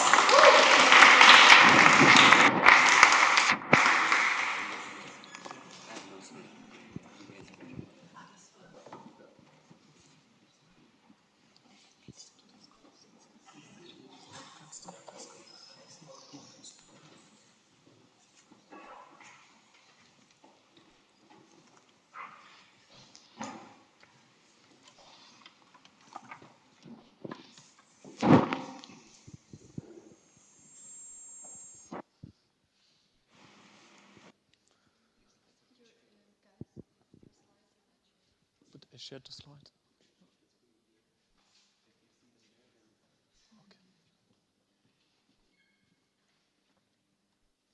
Jetzt muss man hier draufklicken.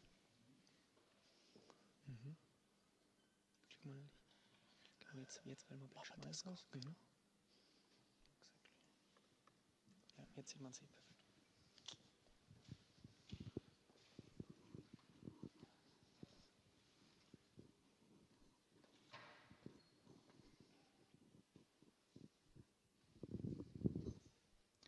What I just signed means, hi TUM.ai, my name is Tim. Chances are, if I hadn't told you that, you wouldn't have known what I tried to communicate. And unfortunately, this is the circumstance for over 70 million people, deaf people, who face similar problems in their everyday life. Communication barriers can come up in the most simplest forms in life. For instance, having to rely on pointing or written messages to buy bread at a bakery, or even worse, having to rely on the availability of an interpreter to seek emergency medical care. Compounding this with a stigmatization in society, deaf people often face feelings of isolation, unwantedness, and depression. This is why our solution facilitates everyday communication, making the world more accessible to people suffering from hearing disabilities. I will now hand over to Leon, who will walk you through our MVP. Thank you so much, Tim. So now to our MVP. Let me show you a real-life example how our solution solves the daily struggles of deaf people around the world. So first of all, we make the sample. Tim is a deaf person in our example. And Tim, he wants to go simply to the doctor, like we normally do. So now, but this time he uses Sign AI for it. So he clicks on the app, then he selects link profiles. So he clicks on the link profiles. What he does there is now on the right is the doctor, on the left is the patient, Tim. They now connect their profiles, so they're now connected. And now on the doctor's profile, he selects speech to text. So now everything the doctor is saying at the moment will be converted to text, so Tim can read the text. And now also the other way around we have to solve. So we do understand sign language. So now the doctor selects understand sign language, and now he scans the pose estimation of Tim. And now what you can see here, you see also how we trained everything. I'm sick doctor, he made in sign language. And now the doctor sees it on the text, what Tim said. And now Tim makes another movement. And then the algorithm, again, we tested it. It says, I have headache. And now Tim is happy because we know exactly there was no miscommunication on this daily, and they know exactly what prescription they have to do at the doctor's appointment.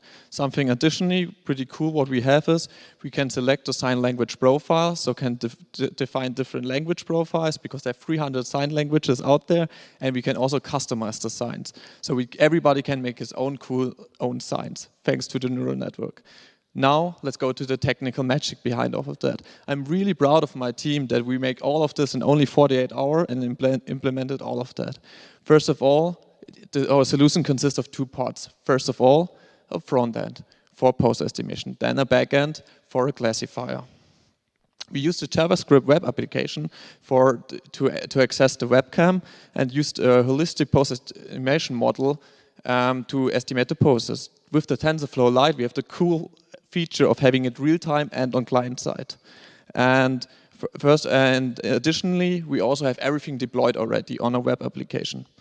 Now to the back end. So we now have the images coming cropped to the classifier, and we didn't find a cool data set, so we just did our own one. So we just calculated all of different poses, our own data set. We also did a lot of data augmentation, so we did a lot of movement in the data set, a lot of rotation, cropping, so we have robustness in it. And with help of all this, we could solve this. So now this was the demo part, and we'll now go back to business. Thank you, Leon. So we have a pretty strong business case. You have to imagine that sign languages have regional but as well as generational nuances. This means that our focus on highly personalization is right on track and solving a real customer problem. On the other hand, although communities are relatively small and spread out, they're highly interconnected, meaning once we're in, we're able to quickly scale our solution. And in fact, we're already in contact with the dev community.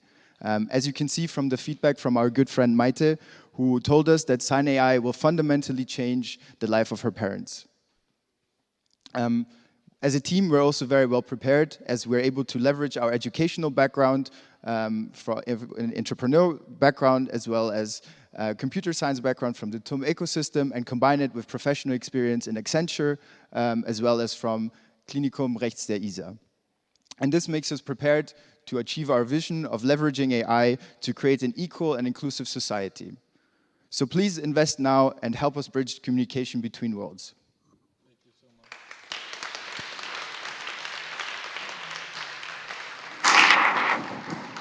Thank you, Tim. And now we move to the Q&A section. Yeah, great presentation, guys. Really impactful. Quick question: who's paying for this? Was the question who's paying for this? Okay, sorry, Yes. I didn't hear you. So this is still a very interesting question. So we actually prepared a slide. I would like to go to the business model. So obviously we'd probably have to first find seed funding or find some money to develop the app further. But I guess what you're actually coming down to is the business model. So we believe there are two opportunities to go for. So either a licensing or a subscription approach. So the subscription approach is, it's interesting because we don't want to put the burden on deaf people to have to pay in order to access a really life-saving platform that could help them improve their life. So here we're thinking perhaps we can work with health insurances or even with doctors. And in terms of licensing, so we could envision this technology to, for instance, be integrated in Microsoft Teams and be a way of improving virtual communication of deaf people, but also more of a bit of a crazy example. If you think we saw a video of someone trying to order McDonald's at a drive-through, and our technology could be integrated into that ordering system and could allow the person to directly order there at the counter.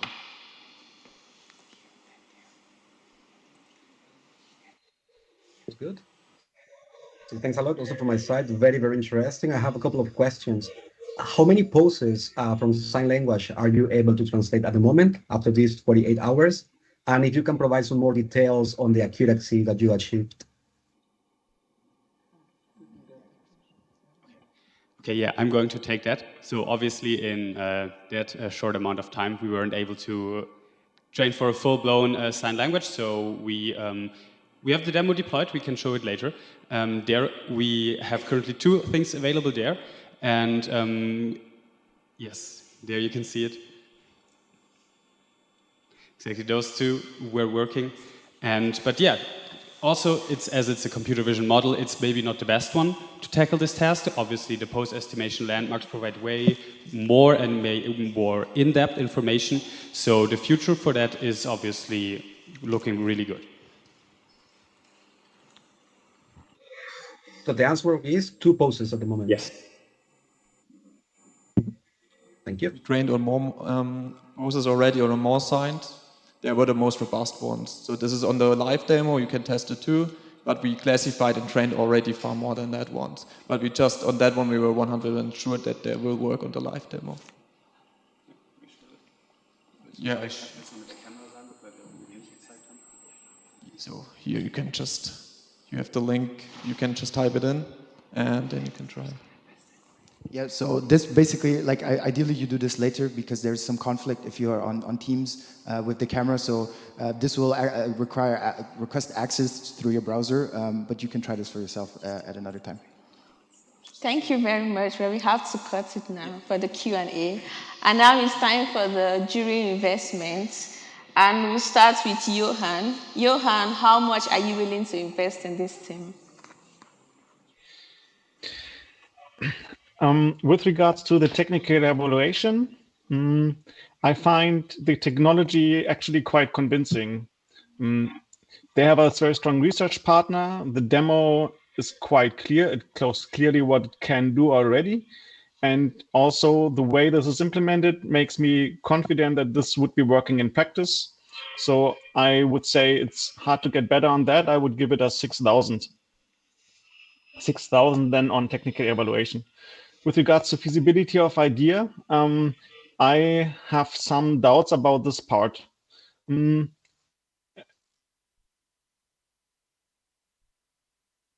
Oh, you get on mute, Johan? Oh, hello? Yes, back again. Okay. With regards to the feasibility of the idea, I have some doubts about the business. It is not fully clear to me. Some parts of the app are not fully clear to me. Speech to text is, first of all, in itself not a new solution. That's one part. And the other doubt that I have is I think it's a bit underestimated how this could be integrated into communication technologies such as Teams. And building this into the app, I think, brings many problems. It's not clear who would pay for this, actually. It's not clear for me how the doctors, for example, would pay for that mainly. But I could very well imagine different business models. For example, integrating it in Teams is a very good idea. So I think this is underestimated and clearly needs some more conceptualization. So I would give 3,000 on this part.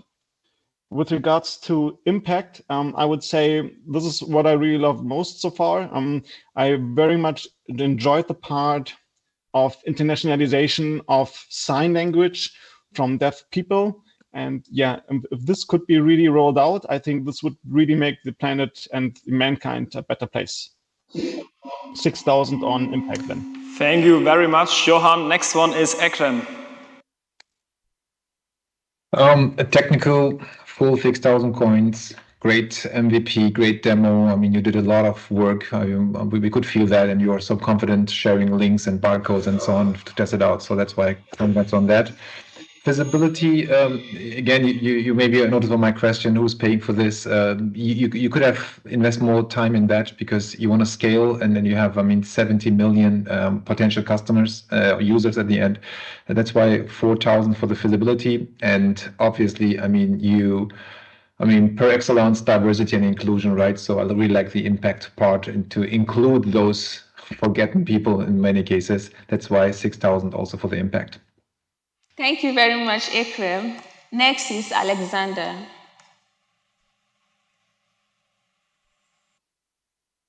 Thank you. Thank you very much also for the presentation. I find the UI pretty nice, pretty easy to use. I like it very much.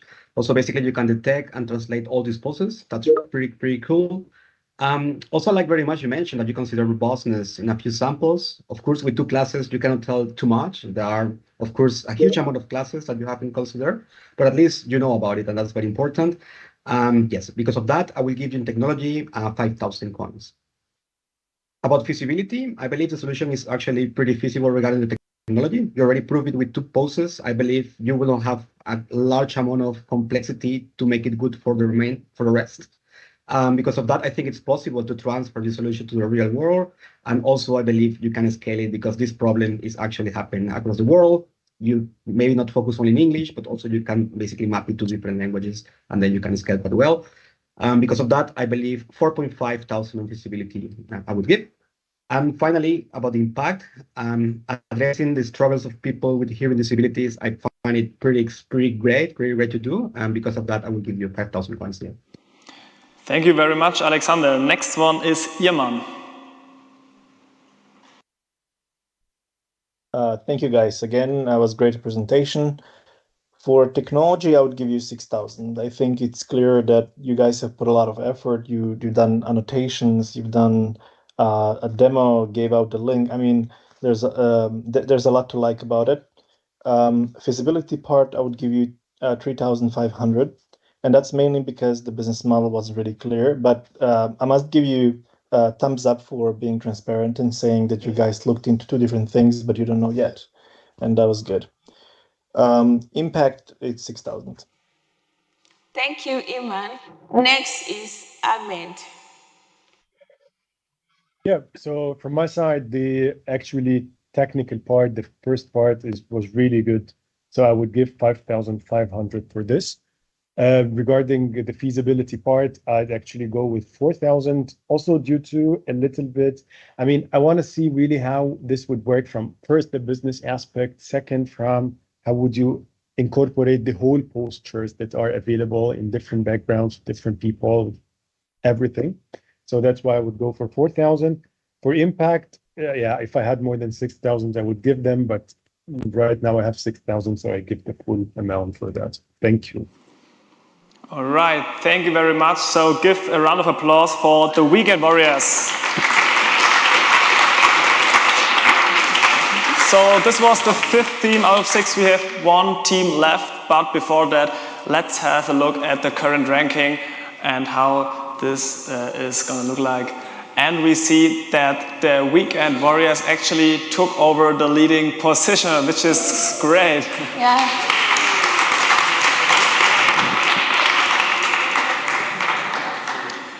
And now let's welcome the last team for tonight. That is the AI Cross the Ocean. Welcome them on stage. I think actually the last team is online. They will join online. Can you hear us? AI Cross the Ocean. Can you hear us? You can. Perfect. Awesome. So you can start sharing your screen, and then I would say the stage is yours if you are ready to go.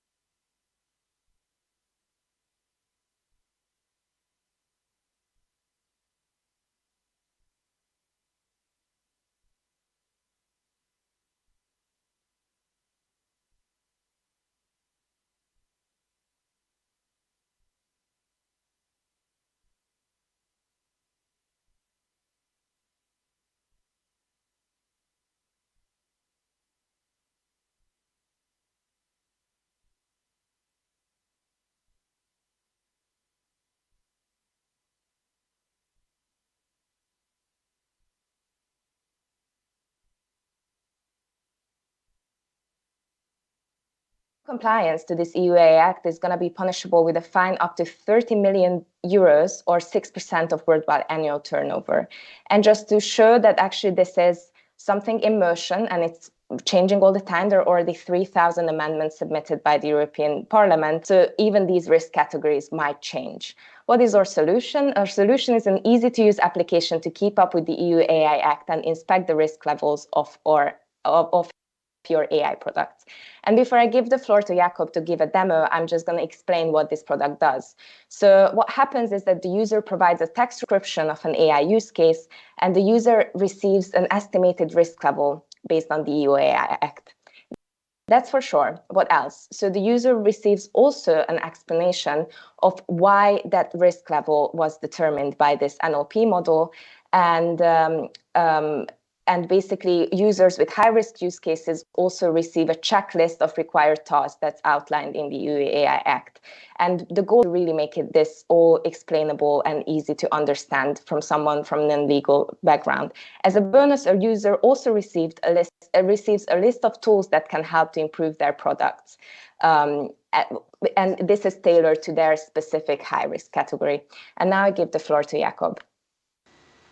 Yes, I all see the screen. Can someone just indicate that everything works correctly?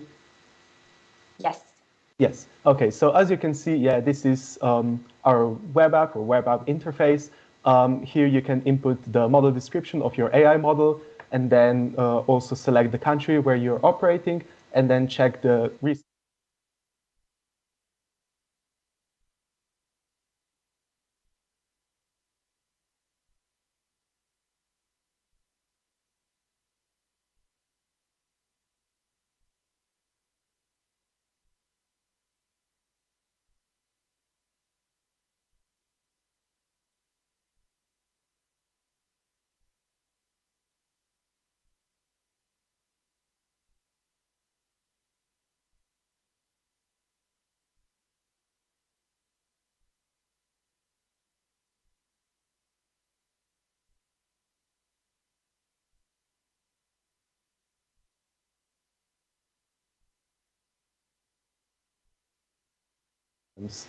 And yeah, with that short demo, I would give it back to Oshi. Yes, so hopefully you can see my screen again. And just to get into the market for this, so we're imagining this as a subscription-based product, and we have these user personas in mind. So the most important is companies, and it's going to be the biggest part of the market because they have to go to continuous compliance testings of their existing AI products, and they could use this service if they look into building new AI-driven products as well. It's going to be beneficial for investors as well as an initial check to determine the risk level of their investments. And we are also thinking of selling this as a subscription base to consultancies supporting ongoing regulatory compliance efforts, and startup hubs and accelerators as well, which are popping up all over Europe, who help startups in the ideation phase. And it would be actually very beneficial for startups to know the risk level right away. So our business model, as I mentioned, is subscription-based. There are different packages for different personas. It will for sure lower the cost for all companies that can pre-screen without hiring external staff. Really important to note that, of course, this NLP tool won't give a full legal compliance analysis, but it's a great first step to determine where to go next. And it can also be a large-scale assessment. So, of course, we had a limited database now, but there are many different AI models and enterprises that could be put in, and the model will improve. And it's really important that this can become a part of the risk management lifecycle in companies as well. So it can increase confidence, decrease time, effort, and serve as a pre-screening before professional assessment.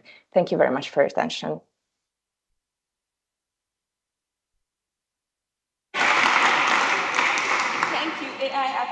Thank you, AI Across the Ocean. And now we move to the Q&A session. A quick one. So what's the database? So are you typing in the whole EU-AI Act text and compliance and all this into a database and crawling and text mining it? So I'm going to start and then I give it to Jakob. So we had an initial database of a bit less than 200 startup descriptions. And we also added some more examples manually to kind of improve the database a bit. And then Jakob will tell you about the model. Yes, so the model, which unfortunately I forgot to mention during the demo, is based on a word classifier. You might be familiar with it. It's a transformer architecture. It was used, so we used a pre-trained BERT model and then just fine-tuned it on the database that we had to classify first into high risk, low risk, and prohibited cases. And then in cases of prohibited or high risk ones, we also further further gave the input or so the user input or the AI system description to another fine-tuned BERT model as well, which then classified more specific reasons why this description falls under either high risk or prohibited. In the case of high risk ones, we classified into specific paragraphs of the EU AI Act, specifically Annex 3, and then that input or the output of that model is then used to correctly state the explanation, basically, of why it was classified like that. Thank you. Aie, you're actually considering both things, so the class that you want to classify and also the reason. Maybe one question from those 200 data points that you used, do you have basically a lot of variance? They were well balanced, so you can actually make use of it, or what was the situation? Yeah, so it's that's a great one, and yeah, unfortunately, most of them were actually low-risk ones. Although we did ourselves add by hand also some more prohibited cases and some more high-risk ones. Of course, yeah, the unbalanced data set is always a problem, but for the stage that we are in right now, so in these 48 hours, it actually works quite well, and we are confident that if we had more time to collect more data, which is in this case maybe even the biggest obstacle, but an overcomable obstacle, we would be able to fine-tune it even better, so it would work even better.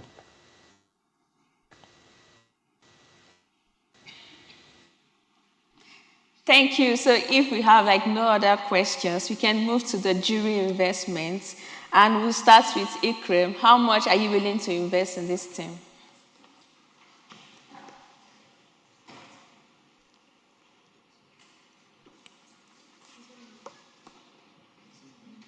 I think, Akram, you are on mute. for this. Yeah, to technical, I will go 4,000 because I see there's room for improvement. Feasibility, it's quite unique, I must say, 6,000 for that. And impact, to be honest, I found this the most impactful solution because all AI solutions, all AI applications will be gonna based on that. And I know how hesitant companies are going to be with this EU AI Act, so they tend to do nothing. And this will be a game changer. If they would have this risk analysis, it will open up the way for so many innovations, including the previous ones we saw. That's why I give you 6,000 for the impact. Thank you very much, Akram. Next one is Alexander. How much do you gonna invest? Yes, so basically from the technical perspective, I like very much that you use BERT models, so basically transformer-based architectures, and you do it in two cases, one for the risk class and also for the description. I find that pretty cool. I will give you 5,000 coins in the technical field. About feasibility, I am actually quite optimistic about the business model because I am actually involved in the space of the regulations, and I can see the huge need of all the companies actually in Europe to comply to it. And identifying the risk class very early is actually super useful, and I believe you will not have problems finding customers for sure. Because of that, in feasibility, I give you a 6. Regarding impact, also, as you mentioned, it's definitely super large because you can save up to 30 million per companies or a big percentage of their revenue per year. So because of that, also, I think it's super high, and I will give you a 5 here. 5K. Thank you. Thank you, Alexander. Next is Iman. How much are you willing to invest? First of all, thank you, guys. It's very different from other presentations, and I like that. For technology, I would give you 4,500. So mainly because, I mean, I liked that you used a little bit different approach than others and also tackled NLP problem, while others worked mostly with cameras. Feasibility, I would give you 4 because the problem really is that you rely on description only. I worry that startups wouldn't be precise enough describing what they're building. So I worry that there might be really a gap. So if you could look into the model or models they use and the way they use them in their solution or code, and then out of that decide what risk level is it, so it's kind of automatic, I would give you definitely 6. So impact, I would give you 5,000. Thank you very much, Irman. Next one, Ahmed. Good. I'll also be very precise. So technical wise, I'd give you guys 5,000. Good work, I would say.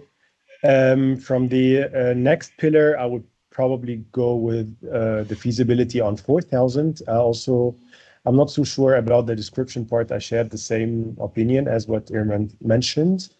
And for the impact, I would go for a 5,000. Thank you. Thank you, Ahmed. Next, Johan. With regards to the technical evaluation, I would say the model is not the big problem. It could be done with BERT. It could be done with just back of words classifier. That's not the big deal. But I would say the data is here the critical part. Data collection has not been carried out that much. And it needs a lot of more data. And it also needs a much deeper understanding of the actual, how the data comes into existence, how does the problem work on a semantic and logical level more. So the domain expertise needs to be built up and much more defined. So since this is the problem, I would give it a 5,000 because that's need a lot of more investigation, in my opinion. With regards to feasibility of the idea, I would say the unique selling point is quite clear and it is clearly given. Everybody who works in the industry of AI knows that customers find the data business very problematic. They all have problems with trust into our laws, trust into the regulations.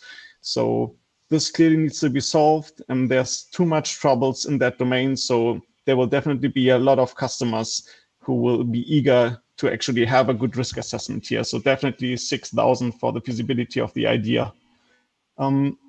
With regards to the impact, I would say the impact will be definitely meaningful and sustainable. However, it's not clear to me how you would actually measure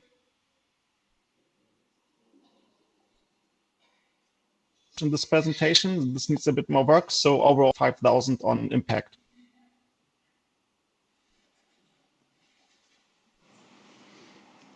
All right, then thank you very much. This was the very last team of today's final. And before we go into the second investment round of the jury, let's have a look at the current ranking. Angela, what do you think? Who's taking over the lead? I really love all the teams, definitely, and it's really hard for me to see. But let's have a look at the charts. So the Weekend Warriors are still in the lead, but nothing is decided yet because the jury, they will go right now into the second investment round. The jury knows what to do. They can unmute, they can take a couple of minutes to think about where they put their 3,000s per team for the second investment round. And until then, for the participants, that's not important for the jury, for the participants, we have also some other awards. For example, the meme challenge. So some of you might took part in the meme challenge, and you also want to see who's the winner of the meme challenge, right? And for this, we also have to share the screen.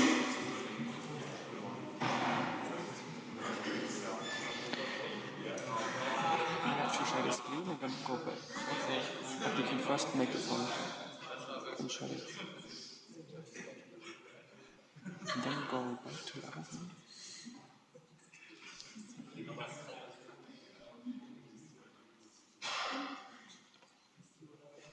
But before we go back, let's first have a look at the audience. So what do you think? Who's going to win after the second investment round? And for that, please scan the QR code or go to Menti directly and type in the following code.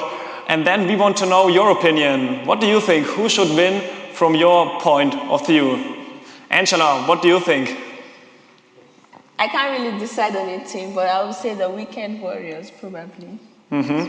Weekend Warriors. I mean, the Weekend Warriors, the term is, ideally suited for a hackathon, right? Yes, they really came to fight the battle. Yeah, probably the Weekend Warriors was the team who only slept 1 minute if they are, fighting through the weekend. Yeah. And for the results, actually, we can have a look at the Mentimeter.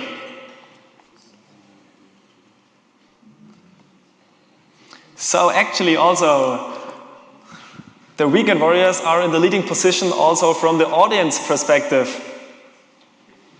But let's see who places second and third and maybe fourth. Because also for the third place we have some prize money. It's not only about the first place. And it's interesting to also see like how far the weekend warriors is like defeating other teams as well. Exactly, exactly. But also the other teams, of course, thank you very much for participating. It's not only about winning, of course, that's nice, but it's also about learning and getting to know other people. So also that should be appreciated. Yeah, definitely. Okay, but as we got a glimpse into what the audience thinks, let's go back to the presentation.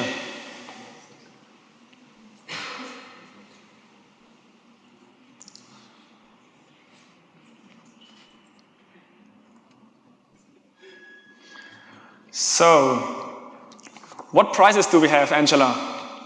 We have for the first place, we have 2,000 euros.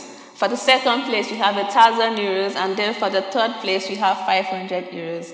But just as Toby mentioned, it's not all about winning. Definitely, like you guys put a lot of efforts in the challenges and you have learned so much and like put in so much like your creativity, your innovativeness and all of that.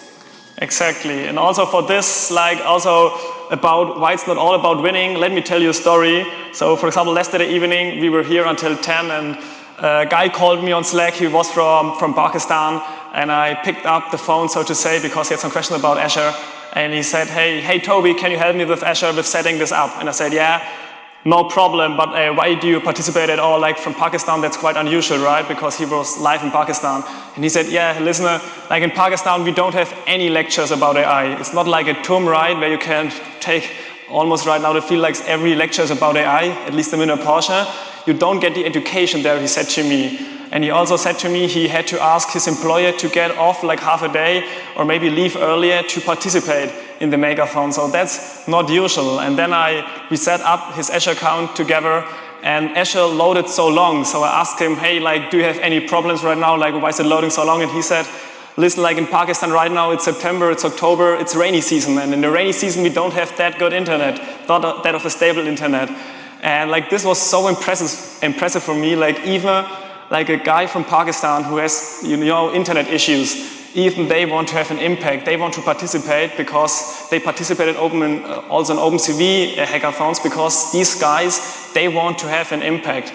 And that's also what TUM.ai is about. It's not only like we want to reach people who want to have an impact, who want to have a global impact, and this is the theme of the current hackathon. And this is also TUM.ai about, like, of course, also we want to learn, but on the other side also, TUM.ai wants to give others the chance to also learn about AI. So this is TUM.ai, and if you are also willing to be part of TUM.ai, right now it's the application period, so also feel free to join.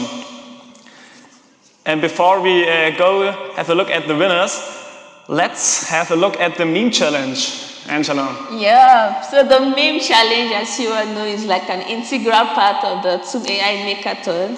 And now we are going to announce the winner of the meme challenge. The winner of the meme challenge is Dave on Wave. Dave on Wave. It's a secret name, so we don't know who it is actually.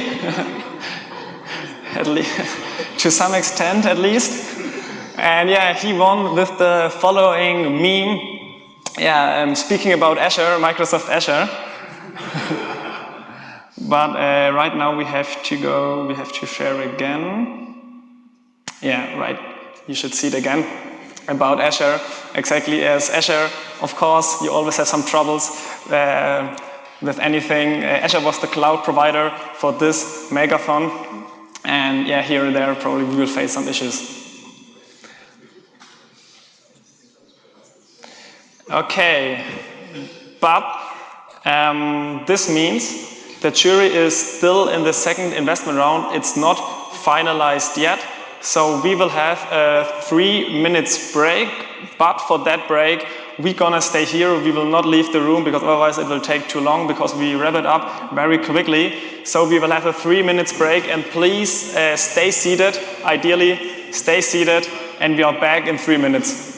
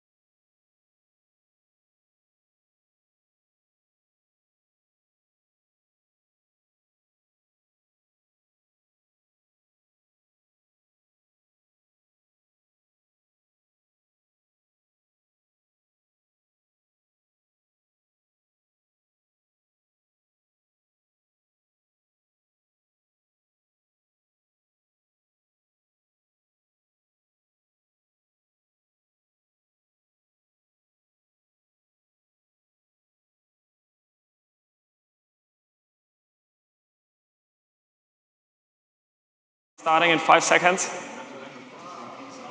So we are back, we are live, and the jury, the final jury, they went through the second investment round.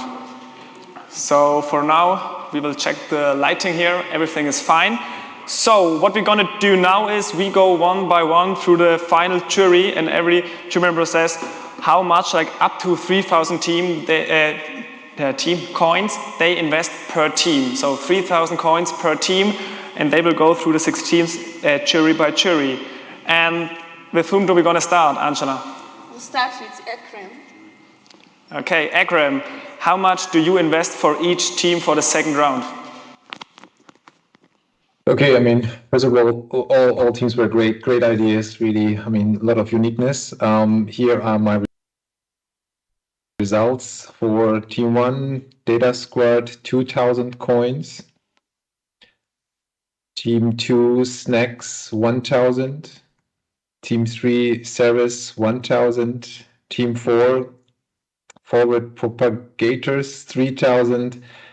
And Weekend Warriors, 3,000. And AI Cross the Ocean, 2,000. All right, thank you very, very much, Akram. The next one is Alexander. How much do you invest in every team? Thank you.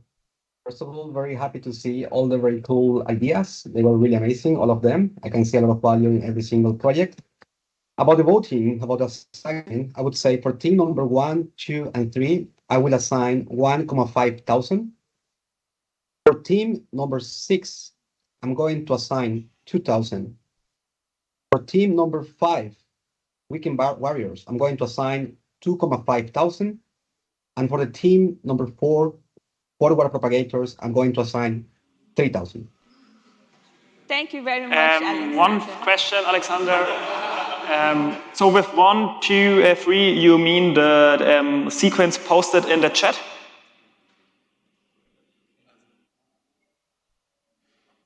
No, so it's just the order how they present. Okay, team number 1 is Data Squared. Team number 2 is Next. Perfect. Team number 3. Thank you very much, Alexander. Who's the next, Angela? Next is Iman. So I'll also be brief. So thanks a lot, everyone, for presenting. I'll go by number of presentation. So presentation number 1, 2,000. Presentation number 2, 2,000. Presentation number 3, 1.5, so 1,500. Presentation number 4, 3,000. Presentation number 5, 3,000. And presentation number 6, 2,500. Thank you very much, Iman. Toby, who is next? Next one is Ahmed. Ahmed, how much do you invest? All right, so first of all, everyone, guys, you did an amazing job. I really love each and every one of the presentation. And you guys all rock. I'm going to go with also the sequence of presentation. I'm going to go for team 1 for 2,000, team 2 for 1,000, team 3, 1,000, 4, 2,500, 5, 3,000, and 6, 1,500. Thanks you again. All right, thank you very much. And who's the last one, Angela? We have Johan. Hi, do you hear me? Yeah, we can hear you, Johan. Thanks. I go by the same numbering as from my people who were before me. So team 1, I would give 2,000. Team 2, I would give 2,000. Team 3, I would give 1,500. Team 4, I would give 2,700. Team 5, I would give 2,300. And team 6, I would give 3,000. All right. Thank you very, very much. And so right now, we still have this kind of tension because we know what the jury invested, but I assume nobody had their calculator at hand and calculated who is the first place. So still right now, we don't know exactly who's the first, who's the second, who's the third place. And while in the background, actually, the final scores are calculated, which should only take 1 to 2 minutes. Yeah, we will have, we will go back and present it. Yeah, but for now, we will just check it. And in the meanwhile, while this is calculated, let me tell you some things about TUM.ai. So as already said at the very beginning, this is one of the 4 signature projects. So this is the Makeathon, and we also have the AI Academy, we have the AI Entrepreneurship Lab, and we have the industry projects. So, and the Aie E-Lab, so everyone who is interested in further developing their AI project, the Aie E-Lab is the perfect way to do so. So this is a 12 or 10 to 12 weeks program where you can further develop your challenge. Not only a prototype, you can really develop it in an MVP with a business model. You can connect to different VCs and so on and so forth. All right. We just have a quick fix-up. We didn't get the information from Akron and Alexander for the members, for the teams. So if you could please repeat your jury investments, that would be nice.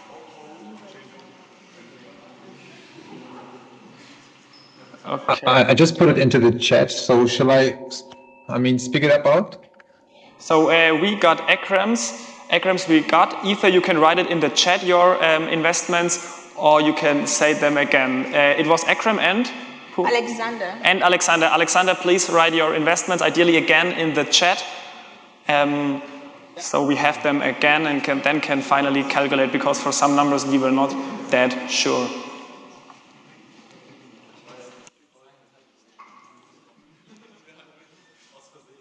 Yeah, Angela, but what did you like the most about this weekend? I love the team motivation, like to put in like their all and the creativity behind their ideas. I think it's really brilliant. Mm-hmm. And what about you, Toby? Yeah, I really like this hackathon spirit, you know, staying awake until in the night and then waking up early and then hustling the entire day. Like, I really like that. But also, like a short poll here to the audience, raise your hands for everyone who is interested into joining TUM.ai and maybe even also organizing the next Makeathon or learning more about AI. Oh, Leonard is also interested into joining. Leonard. Okay. So, it's calculated in the back. Let me get to the jury. We need 1 to 2 more minutes until this is calculated. We got the message, but so the third place will be announced by Johan Hagara. So the places will be announced by the jury. The second place will be announced by Alexander Mojado, and the first place will be announced by Irman Abdic. So, and for every place, the participants, you will get feedback also from the jury, why they think you deserved that place. And the very last team, the winning team, that can come onto the stage. And afterwards, all together, the best 3 teams, we can have a group photo all together. So you see, we have tension until the very, very end. This is how it should be.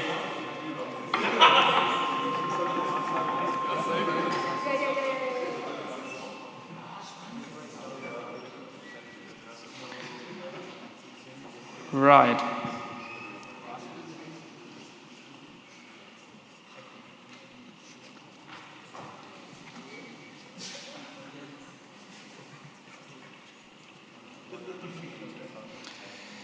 Yeah, so also, how do the jury members know who won? For this, our team can write into the channel, into the team's channel, who won, so that the jury members know who the ranking.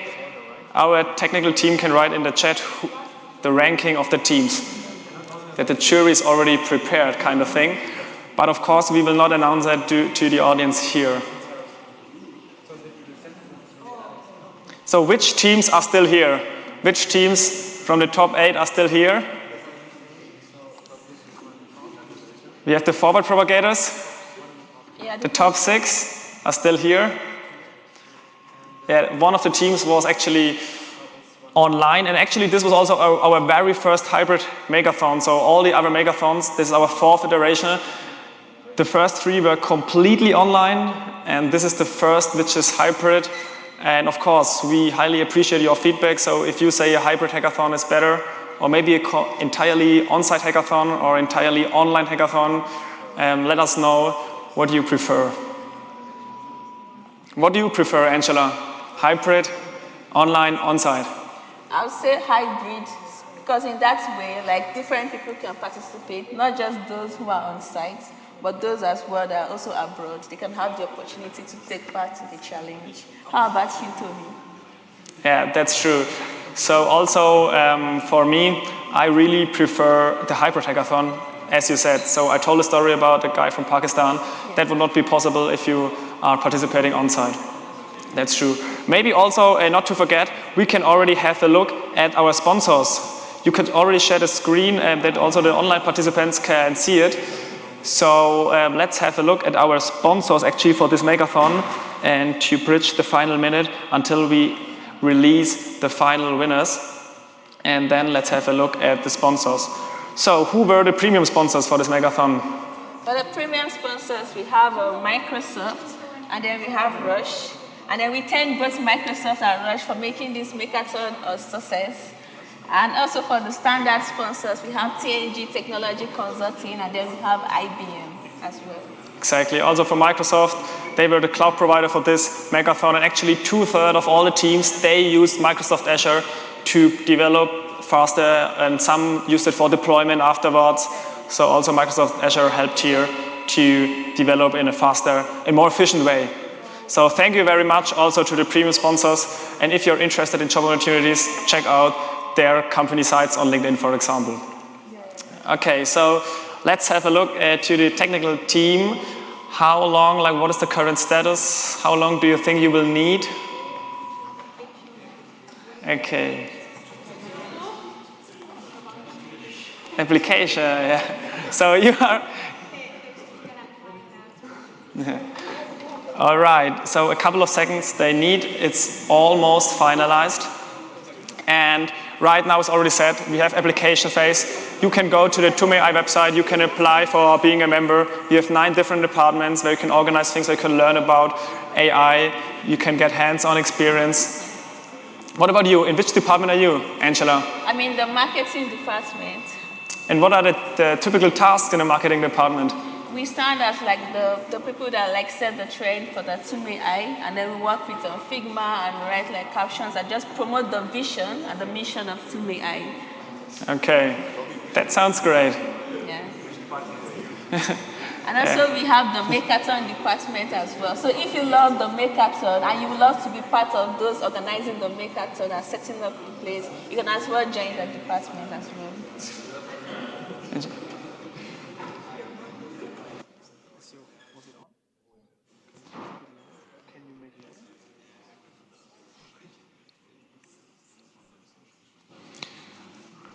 All right. So the technical team, they are almost ready. It's exciting. I see it in their face. It's almost ready, and until then, actually, we can already reload our presentation and unplug it. So to almost, yeah, let's to have a look at the winning team. So 1 second.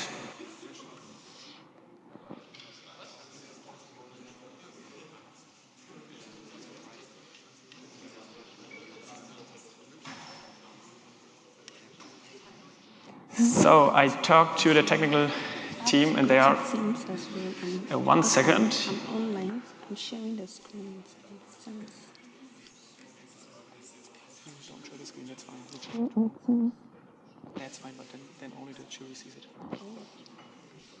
Actually, you can already start sharing the screen.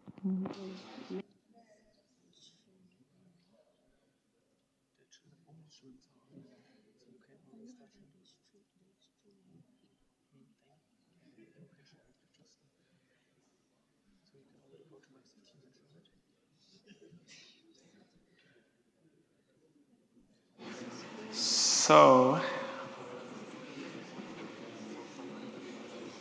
it's quite close. I assume it's very, very close. So we can already share the screen. The online, okay, nobody can see it here, at least. Yeah. So they are making sure to calculate it.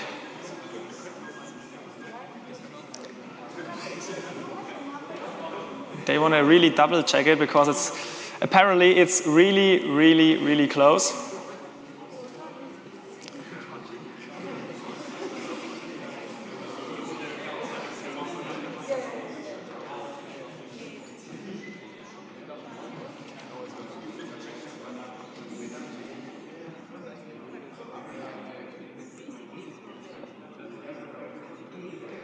Also, the audience is super excited to know who will win the final. It's actually, as already said, the 4th iteration of our Makeathon. We have 4 signature projects, and every signature project takes place every half a year, meaning 8 of these projects per year, plus additional workshops or other off-topic events. So there's actually a lot going on. And also at this event, 30 people from TUM.ai actually helped and supported about 30 people to set up this entire project. And we have 4 of these projects every half a year. So you see, like, we have about 120 active members. So this is a huge community and huge group efforts just to have this global impact and to actually also give others the chance to learn. So we have the positive sign. We have the positive sign from our colleagues, and we can just reload the page to really be sure, and then we can reload the page, and then we can actually announce it.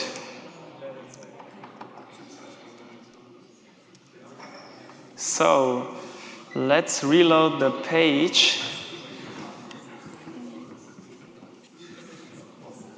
And then we are ready. The streaming, like the jury should already have seen the 3rd place. They should already be visible. As Angela is sharing the screen, and we can go to the 3rd place and announce the 3rd place. So we will announce it, and afterwards Johan can give some additional feedback to the 3rd place. We can make it your attention. Okay. So Can I speak? Wait.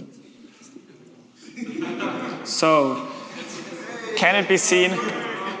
So let's share our slide to the stream and to have a look who is the 3rd place, which team. Yeah, who will it be? Who will be the 3rd place of the TUM.ai Makeathon?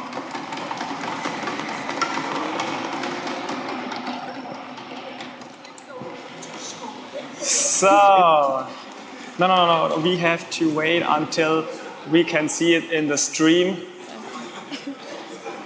So, the tension is high, the audience is excited.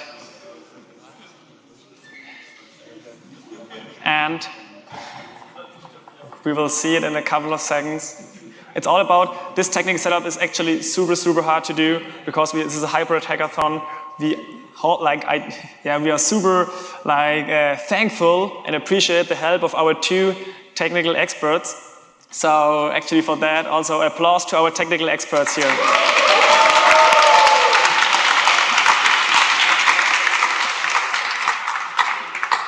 So we have design experts also at TUM.ai who design how the stream looks like. We have technical experts at TUM.ai who can solve this and who can deal with such a streaming setup. And right now we are waiting when our screen can be shared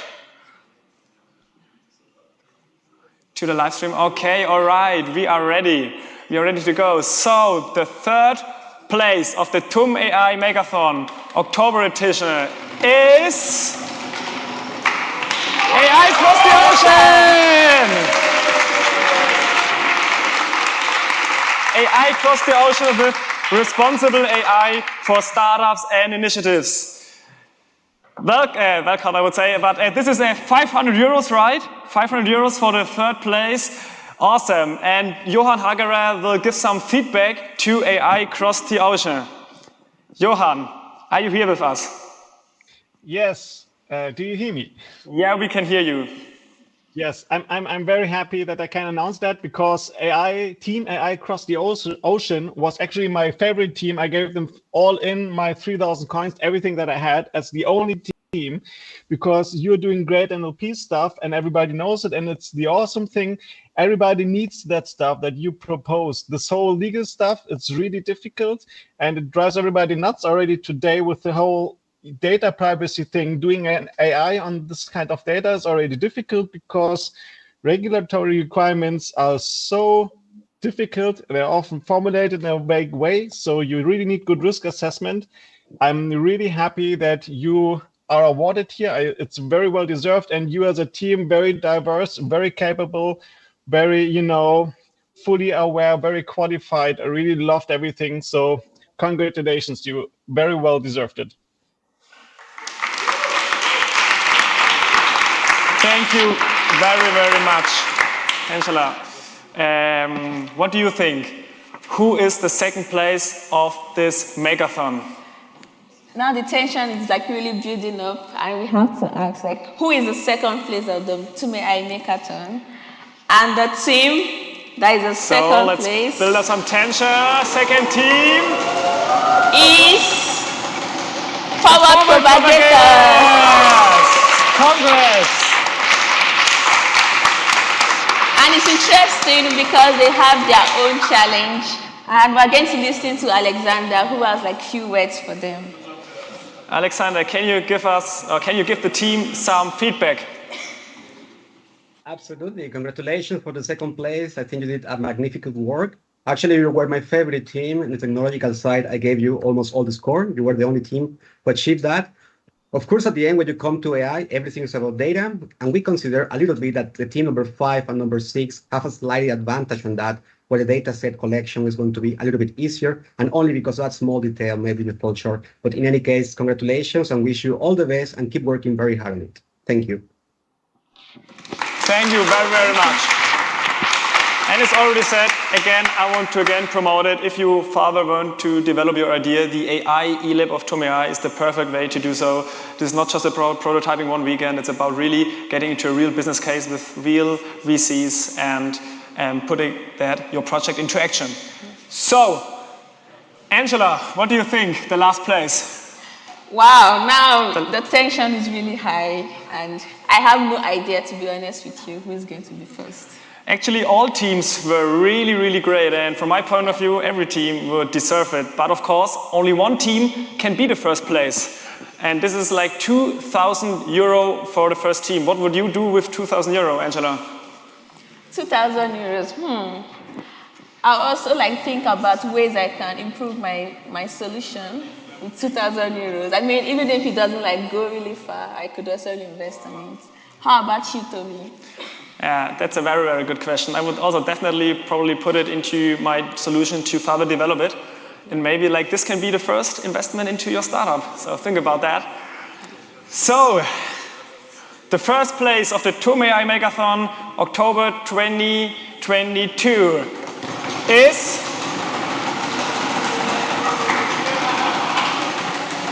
the Weekend Robots!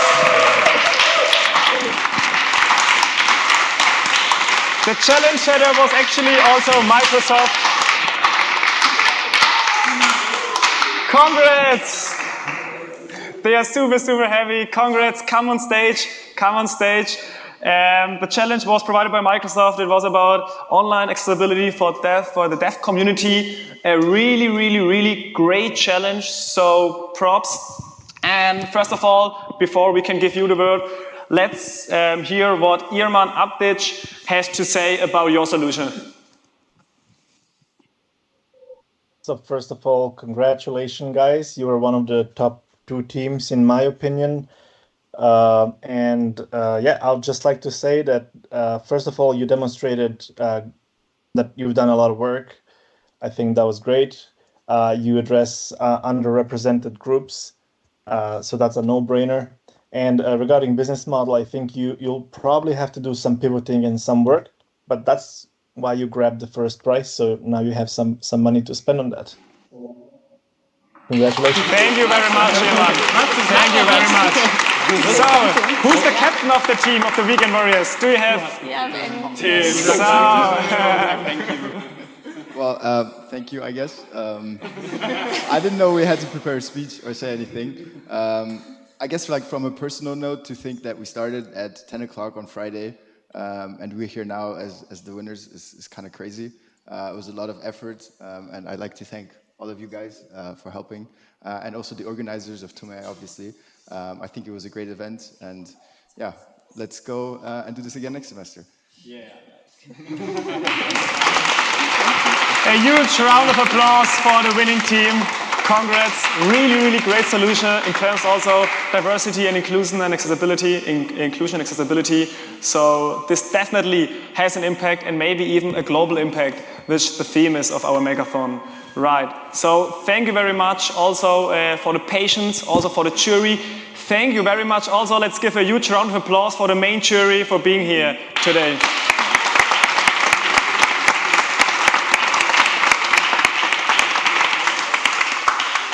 So this was the Makeathon October 2022. We see each other again in half a year. Congrats to the teams, congrats to the organizing team.